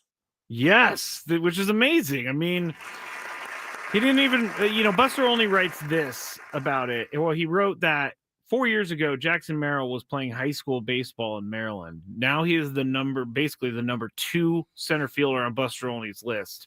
And we were talking about this a little bit earlier, that I'm surprised he's that high, to be honest, because he doesn't have much time in center field. He has 1 season, but he's just behind Julio Rodriguez. And Sam was saying earlier, he can make the argument that Jackson Merrill could be ahead of Julio Rodriguez for that number 1 spot. I don't know how you feel about that, but I could see an argument being made for that. Yeah, I can see an argument for that. I could definitely see an argument for it. I mean, I think Julio is the better defensive center fielder right now. But offensively, yeah, I could definitely see that. And by the way, I don't think defense is factored very much in this top 10. It is mainly offensive things that are being brought up throughout the kind of the little blurbs that Buster did write on them. I like the list. I loved Jackson being at 2. Jackson has the bar set pretty high for him. Yes, it is. And I know he's doing and saying all the right things, but that bar is high. Like, I hope people don't forget this is baseball. It's not a guarantee that those numbers just pop up again. I think he's going to do everything in his power to be there, but there's no guarantee. But he's definitely deserving of the 2 spot, and you can make the argument. You can make the argument 1 right now, especially if Julio Rodriguez is the number 1. I think based off last year, he had a much better year than Julio did. I like the list at all, though. I like PCA, as they call him, Pete Crow Armstrong. I heard that yesterday. His mom is famous, right? Or at least she was an actress. Is the mom in, I believe, Rookie of the Year? The mom who goes, float it, and she floats it through the stands. I think it's Rookie. It's either Rookie of the Year or what's the other? Little Big League. It's one of the 2. It's 1 or 2. I think it's Rookie of the Year, though. I think Pete Crow Armstrong's mom played what was the kid's name in the movie? Henry Rowan Gardner. Hey, Rowan Gardner. I think, or it might have been Little Big League. It's one of the 2. It was Little Big League. It was Little Big League. Yeah, okay. I just looked up. She was in Little Big League. She played his mom, and she ended up dating the first baseman in Little Big League. And yes, the movie was on a couple weeks ago, people. It's not like I have that memorized. They play it on the MLB Network quite often when there's no baseball. So you like PCA? I like PCA. What I like about him is he came up and he struggled. He went down, and when he came back up, he figured it out. There's actually a clip of him when he got sent down, and I can't remember who they were playing, but they were messing with him. They hit him with the first, so he stole second. Yeah. He stole third. Yep. And then he ended up coming home. And, from that point on, he has seemingly turned the corner. He came up to the big leagues, had a great showing in the second half. I like him. I think Brenton Doyle is another really good center fielder. And I think offensively, he's starting to figure it out a little bit. Michael Harris, I think they're waiting to see if he can put together a full season, but he's another excellent center fielder. I'm not sure about O'Neal Cruz being on this list, especially at 5. I mean, he played, 15 games in center field last year? I mean, it was a late inning. It was a late season switch to move him there. So, but offensively, again, this dude, I think he consistently has the hardest hit ball in baseball every year. It's incredible. He had the hardest at 121.5 last year. 58 extra bases, 22 stolen bases, 23 out of 23. So he's efficient, but he punched out 181 times. So, I want to see more on the offensive side. Byron Buxton, man, when he is healthy, he's at the top of the list at number 1. It's just hard for him. He just hasn't been able to stay healthy. He's relatively young too for looking. I think he's got to be in his 30s. He's 31. Now. He just turned 31 in December. So that is relatively young, but yeah, you're right. He has dealt with a lot of 94 injury. games last year. He missed 0 in 23, or in center field. 57 in 22, 60 in 21. That's how many starts he had in center field. So he misses. If he can get out there, doesn't mean he's missed all those games. Just means he was probably DHing in a lot of those other ones. So Cody Bellinger, I don't know about him. Gotta see it first. He's very hit and miss. Yeah. He hasn't been able to consistently. He's a Yankee now, right? Yeah, Yankee now. Luis Robert Jr. is probably auditioning for the first 3 months of this season. See where he ends up going. As the White Sox, I don't think they're going to keep him at this point. Jake McCarthy is an interesting one because at one point he looked like he might be, the truth. And then as Carroll started to rise, he kind of fell off the World Series year, but he bounced back very nicely last year. So there's some guys who can go get it for sure. The Diamondbacks are a team that worries me a lot. They got a good team, man. I know. They got a good team. They do. They don't have as much starting pitching as the Dodgers, but I think their first 5, you can argue, are better than the Dodgers' first 5. With Burns. Why? They're in the same division, fool. They don't help us. Anytime, I just black out when you say someone's going to beat the Dodgers out. We're all Padres in the same division, dog. So all right, you're right. It's not all good. Zach Gallen, the milkman. The milkman, exactly. And then Merrill Kelly. Merrill Kelly is Whoopi from something about Mary. Is Jordan Montgomery still with the Diamondbacks? He has to be, right? I think he pieced out, but they got Eduardo. They got Rodriguez. Yep. And I think they got another. I said Burns already. I think they got another one too that I'm blanking on. But anyway, they got a good team too. They do. This is going to be a knockdown, drag out National League West. It's going to be fun. Yeah, it's definitely going to be fun. So, all right, let's get to break. Who's our interview of the day? Marcelo Balboa. He is the analyst for the Spanish-speaking side of the MLS Season Pass. I could not say MLS Season Pass to save my life earlier today, so I'll try not to. We're going to Chris on the other side. Coming up on Wednesday's show, boy, we have a full crew out at Padres Spring Training.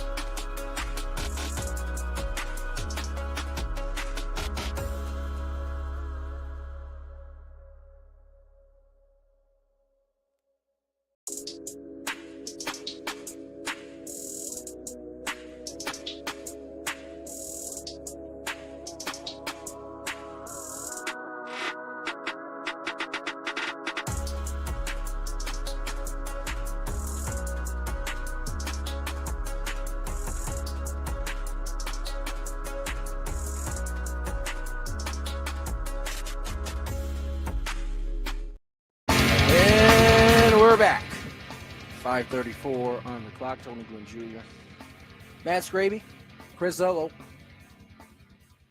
and Air Force. Yes. I guess they have Colorado a Springs, 11 a.m. game tomorrow in Colorado, which is good old 11 a.m. game. early, huh? which is early for a basketball doubt. game. Diana Taurasi. Wait, biggest fan name. Oh, yes, indeed. Let me pull that up here. Biggest fan. You're in luck because their time has come. Congratulations to David Gonzalez of Lemon Grove. Give us a call back within the next 10 minutes at 833-288-0973, and you'll qualify for our grand prize, 20 tickets for you and your friends for a night in our Odyssey Suite at a Padre game later this season. Remember to register your name at 973thefan.sd.com/biggest fan. All right, David Gonzalez, you're on the clock. Diana Taurasi, as I said, maybe the GOAT of women's hoop, decided to hang it up after 20 seasons in the WNBA. Yes, indeed, deserving of a round of applause. A champion at every level she ever played. Wow. High school, college, WNBA, Olympian. She conquered all. She was a heck of a player. But Father Time, most specifically, still undefeated, the undefeated champion of the world. But heck of a career, Diana Taurasi. I remember meeting her way back when in in a club in Arizona. What? That's so random. I was in the Arizona Fall League and went out. Diana Taurasi was there. She had just gotten drafted by the Phoenix Mercury at the time. So she was out. She was pretty cool. She was really cool, actually. Kudos to her. Congratulations on a wonderful, wonderful career. There's another one. Oh, Lakers. Lakers are in action today. Luka taking on his old team. I'm looking forward to roll this. into Los Angeles. I'm not really looking forward to this one. This isn't the one I want to see. The Dallas. It's the one in April when Anthony Davis is probably back to in Dallas. Is the one that I think he's going to be looking to send one of those Luka messages. Oh yeah. I mean that is a must-watch game for anyone who's a sports fan. I think this one in LA is going to be kind of weird for him, right? He's going to be facing his old team in LA. I just think the one in Dallas is going to be the one he's going to be trying to be a killer that night. Yeah, is Nico Harrison does he travel with? I wonder if he's going to. I think he is traveling. I think he is in the building in Los Angeles tonight from what I was hearing this morning. So that's awkward if they pass each other in the hall. What's up, Luka? Well, it didn't have to be awkward. I think Dallas, and I don't know this. I don't have this to be fact, but it feels like they responded to the anger of their fan base by trying to make him look crazy or trying to make him look, all these excuses. He was a tyrant. He was out of shape. Yep. All these things started flooding out shortly after it was found out by Dallas fans, and they were having funerals at the arena. Yes.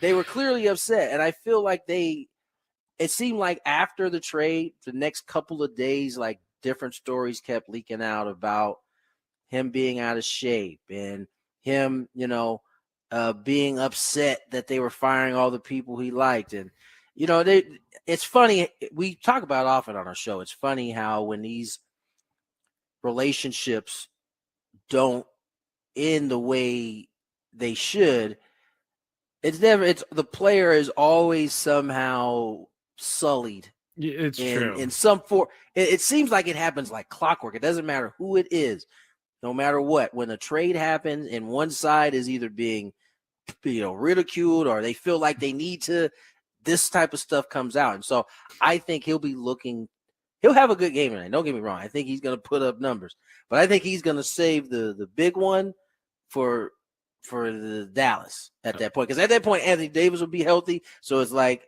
possibly get him in one of them pick and rolls and do his Luka Doncic thing. So This will be fun tonight, though, for sure. Yeah, you're painting a great picture for April. I am ready for that game because it's. I mean, that has to be a nationally televised game. They're going to make this a big deal. I don't know if you've gone over this. I would be surprised if you haven't read it yet. What? Have you seen the story of LeBron and Bronny? Have you seen this? Yes, but I honestly don't understand it, so I didn't bring it up. You don't understand. I don't understand. I understand this. This seems like a cash grab, right? Okay, no, I agree with you. It does seem like a cash grab because these people were apparently hit by LeBron and Bronny in their car in like 2022, and then the day after Bronny and LeBron play together for the first time in NBA history, they filed a lawsuit, which doesn't make any sense. And the police have no records of any accidents or any of that happening. They have nothing. They have literally nothing. It's not. I mean, they denied each and every claim in this thing. So it was. This was hilarious to me because this is where we are. People, and listen, I will come back on here and be like, you know what? I was wrong. If we're find out that Bronny and LeBron actually hit, I promise you I will. But we are 1,000% in a time where people can just like literally make something up out of thin air and then sue for it.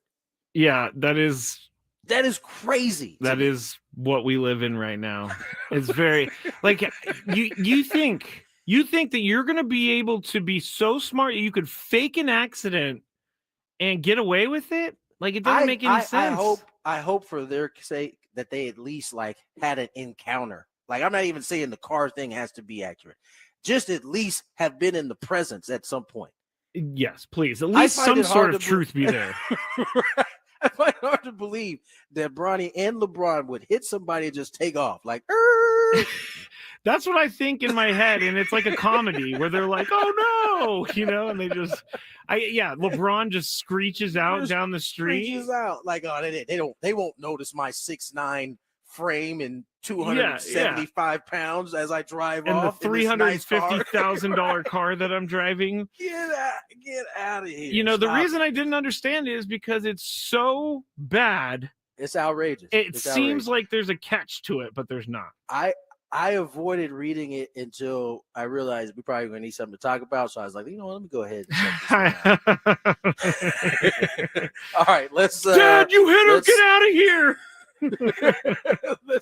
Let's check some traffic and then get to our interview of the day. From the 855 Get Ross Traffic Center, protecting San Diego after accidents or injury, here's Kelly Danick. Still gonna find lots of company out there on the roads, guys, but just a couple of problems thrown into the mix. Crash on northbound 5 before Old Town. Those vehicles are over to the right shoulder. And we got a stall partially blocking the Emerald Drive off-ramp westbound 78. I'm Kelly Danick with Gwynn Chris, San Diego's #1 sports station, 97.3 The Fan. Thanks so much for joining the show, Marcelo. Appreciate it. No problem. Thanks for having me, fellas. What did you think? I mean, how impressive was it for you to see SDFC come out and beat the defending champs in their house to start their entire franchise? Being a San Diego State guy and a nomad, it was nice to finally see them on the field in an official game. And to be honest with you, it was nice to see how they played, how they finished the play, how they were able to get a result in the LA Galaxy home. So everything, it's a dream start for San Diego. Yeah, it was a lot of fun to watch. I think tons of people around San Diego felt that way. What stood out to you about the style of play? I mean, it's a group of players that has never played together in an official game. Obviously, they were able to get 2 goals and a clean sheet as far as holding the Galaxy to 0 goals. So what stood out to you in that kind of context about the style of which San Diego FC played? Oh, I think it's like anything else. The mentality they came out with, I think, is always important. The way they came out, it looked like it's been a team that's been together for a long time. They went out, they pressed, they were able to break the Galaxy trying to play out of the back. They picked the ball in transition, quickly put it in the back of the net. So they created the first 15 minutes. I mean, most teams want to press, and it's difficult sometimes to get the press. They did a nice job. They controlled the first 15, 20 minutes and everything you would want in a game. They were able to control defensively. They limited Peck. They limited Facundes. They limited the ability of that strong Galaxy offensive side to get in. And when they did, Santos was there. So when you look at this, you look at it just one overall wonderful performance. When they had an opportunity to finish the play, they finished the play, put 2 in the back of the net. And like I said, one game, but for a team that's never really played in an official game in MLS, it didn't look like they were a new franchise that day. Well, that's exactly right. Going up there and beating the LA Galaxy. We're talking to Marcelo Balboa, a Major League Soccer analyst here on Apple TV. So we were you just said it, one game. It's just one game. It's the first game of the franchise. But what is ahead for an expansion team in MLS? I know that they did the draft. They still have to really start playing together. But what is kind of going to be the hardship this year for this team? It's consistency. You know what I mean? Yeah. When you look at teams that come into this league, no one really gave St. Louis a chance the first year, and they come out and they win the West. You know what I'm saying? Yeah. So for San Diego, it's about consistency, staying within their own tactics of knowing your job, and doing it well. And again, it's a long season. You've got to be able to grind down. And this franchise, we all know, with the ownership and coach, they're gonna get some reinforcements when the window opens up. When you keep hearing about players, from Europe coming in, we won't say anything about De Bruyne because that's the big rumor out there. So you need to have an injection at the middle of the year to lead you into that playoff run. So, but right now for this group, it's about doing your job and doing it well.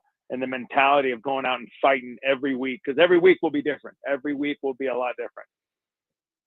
Marcelo, I want to ask you about Anders Dreyer, because I think a lot of us in San Diego got introduced to Anders for the first time during that match on Sunday. Obviously, he was up top with Chucky Lozano. Did a great job. 2 goals for Dreyer, historic goals for San Diego FC. What stood out to you about Anders Dreyer in particular, and I suppose that tandem with him and Lozano from an attacking standpoint for San Diego FC? Well, I think we all know what Chucky can do. We've seen it with the national team. We've seen it in Italy. And then with Dreyer, you're sitting there going, okay, let's see what this kid's got.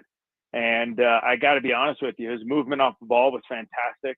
His defending one-on-one was good when he dropped back and he helped the team when they were in a mid-block and a low block. So, and then the vision he has for his passes was very good. And his movement off the ball on that second goal was just ridiculous.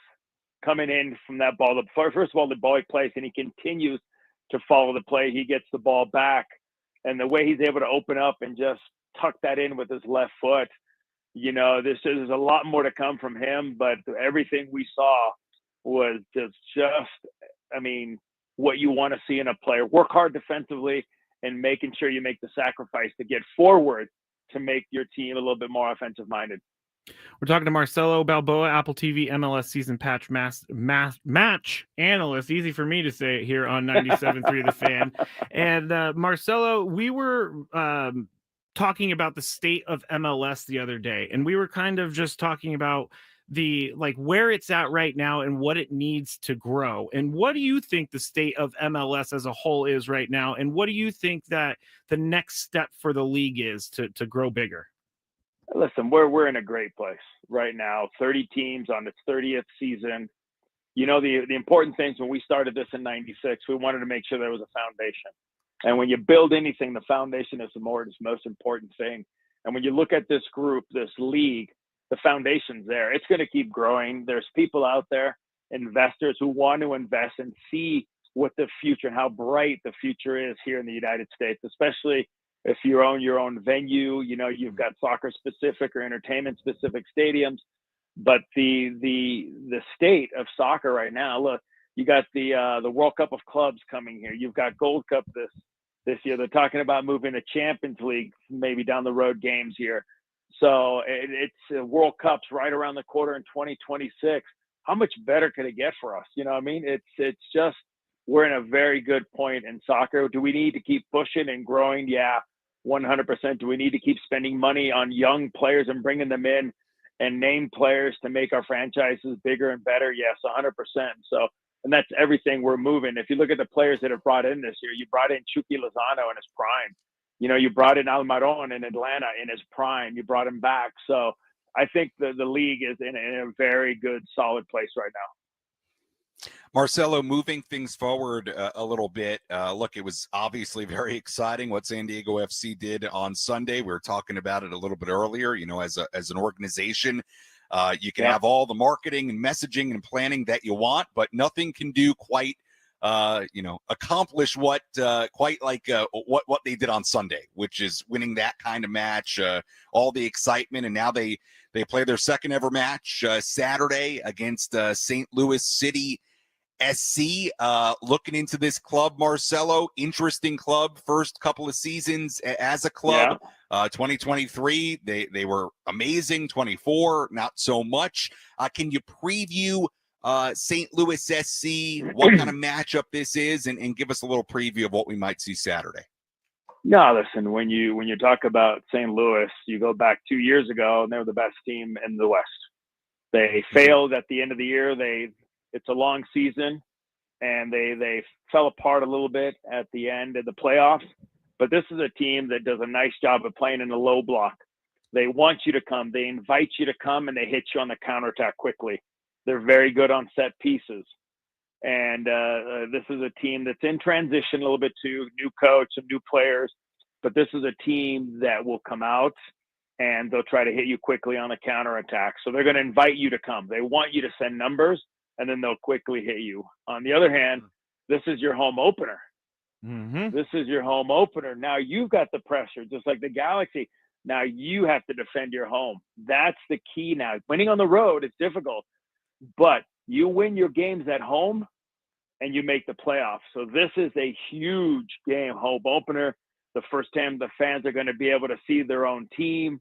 That pressure gets to players too. So it should be a very fun game to watch, just because styles a little bit different. You know, San Diego wants to keep possession. They want to work through their lines. They want to build up into the attack quickly. And St. Louis is a team that defends very well in their low block. Well, that's good. I'm going to be going to the game on Saturday night, so I'm going to go tell everybody what you just told me, so I sound very smart and I know where to break it down. Thank you, Marcelo, for that. We're talking to Marcelo Balboa right now, MLS analyst for Apple TV. Last one for me, and it's I don't know. Have you ever been to Snapdragon Stadium or seen it? I have. I did the U.S. game there a few years ago for Gold Cup. Yes. My question is, that place seems like a perfect place for a professional soccer team to play, because the fans are kind of on top of you. There's no real bad seat in the house. How much do fans affect the way a soccer team plays? Listen, the home fans are always important. You know, the energy. There's a lull in the game. They can pick you up. So having the fans right on top of you. And I remember watching when the U.S. played Panama there. Very, very loud, very vibrant stadium. And again, the fans are the most important part, because when things are going great, they're there. When they're not going there, they can pump you up. So it's a great stadium, absolutely fantastic. Remember, I played in the old Qualicom with the national team. So it was horrific to play. Oh man, it's a cavernous place when it's not all full. Yeah, exactly. I went to quite a few San Diego State football games there that was not full. So it's nice that Snapdragon is there. It's a very nice, beautiful venue, and hopefully this weekend it will be sold out. I hope so too. Well, thank you so much for coming on the show, Marcelo. Hopefully we can get you on here in the coming future, but appreciate your time. I am around, and we'll see you guys. We're there for the San Diego Columbus game, so we'll see you then. All right, perfect. Thank you so much. Thanks, Marcelo. Marcelo Balboa. Nice job. Yeah, I took the name down too. I liked him. Yeah, for sure. Hopefully we get to have him on more often. All right, that's going to do it for our show. But the Skraby Chronicles follows. Should be a fun one. Skraby, have a good night, brother. Thank you. You too. As should the rest of San Diego. See you tomorrow.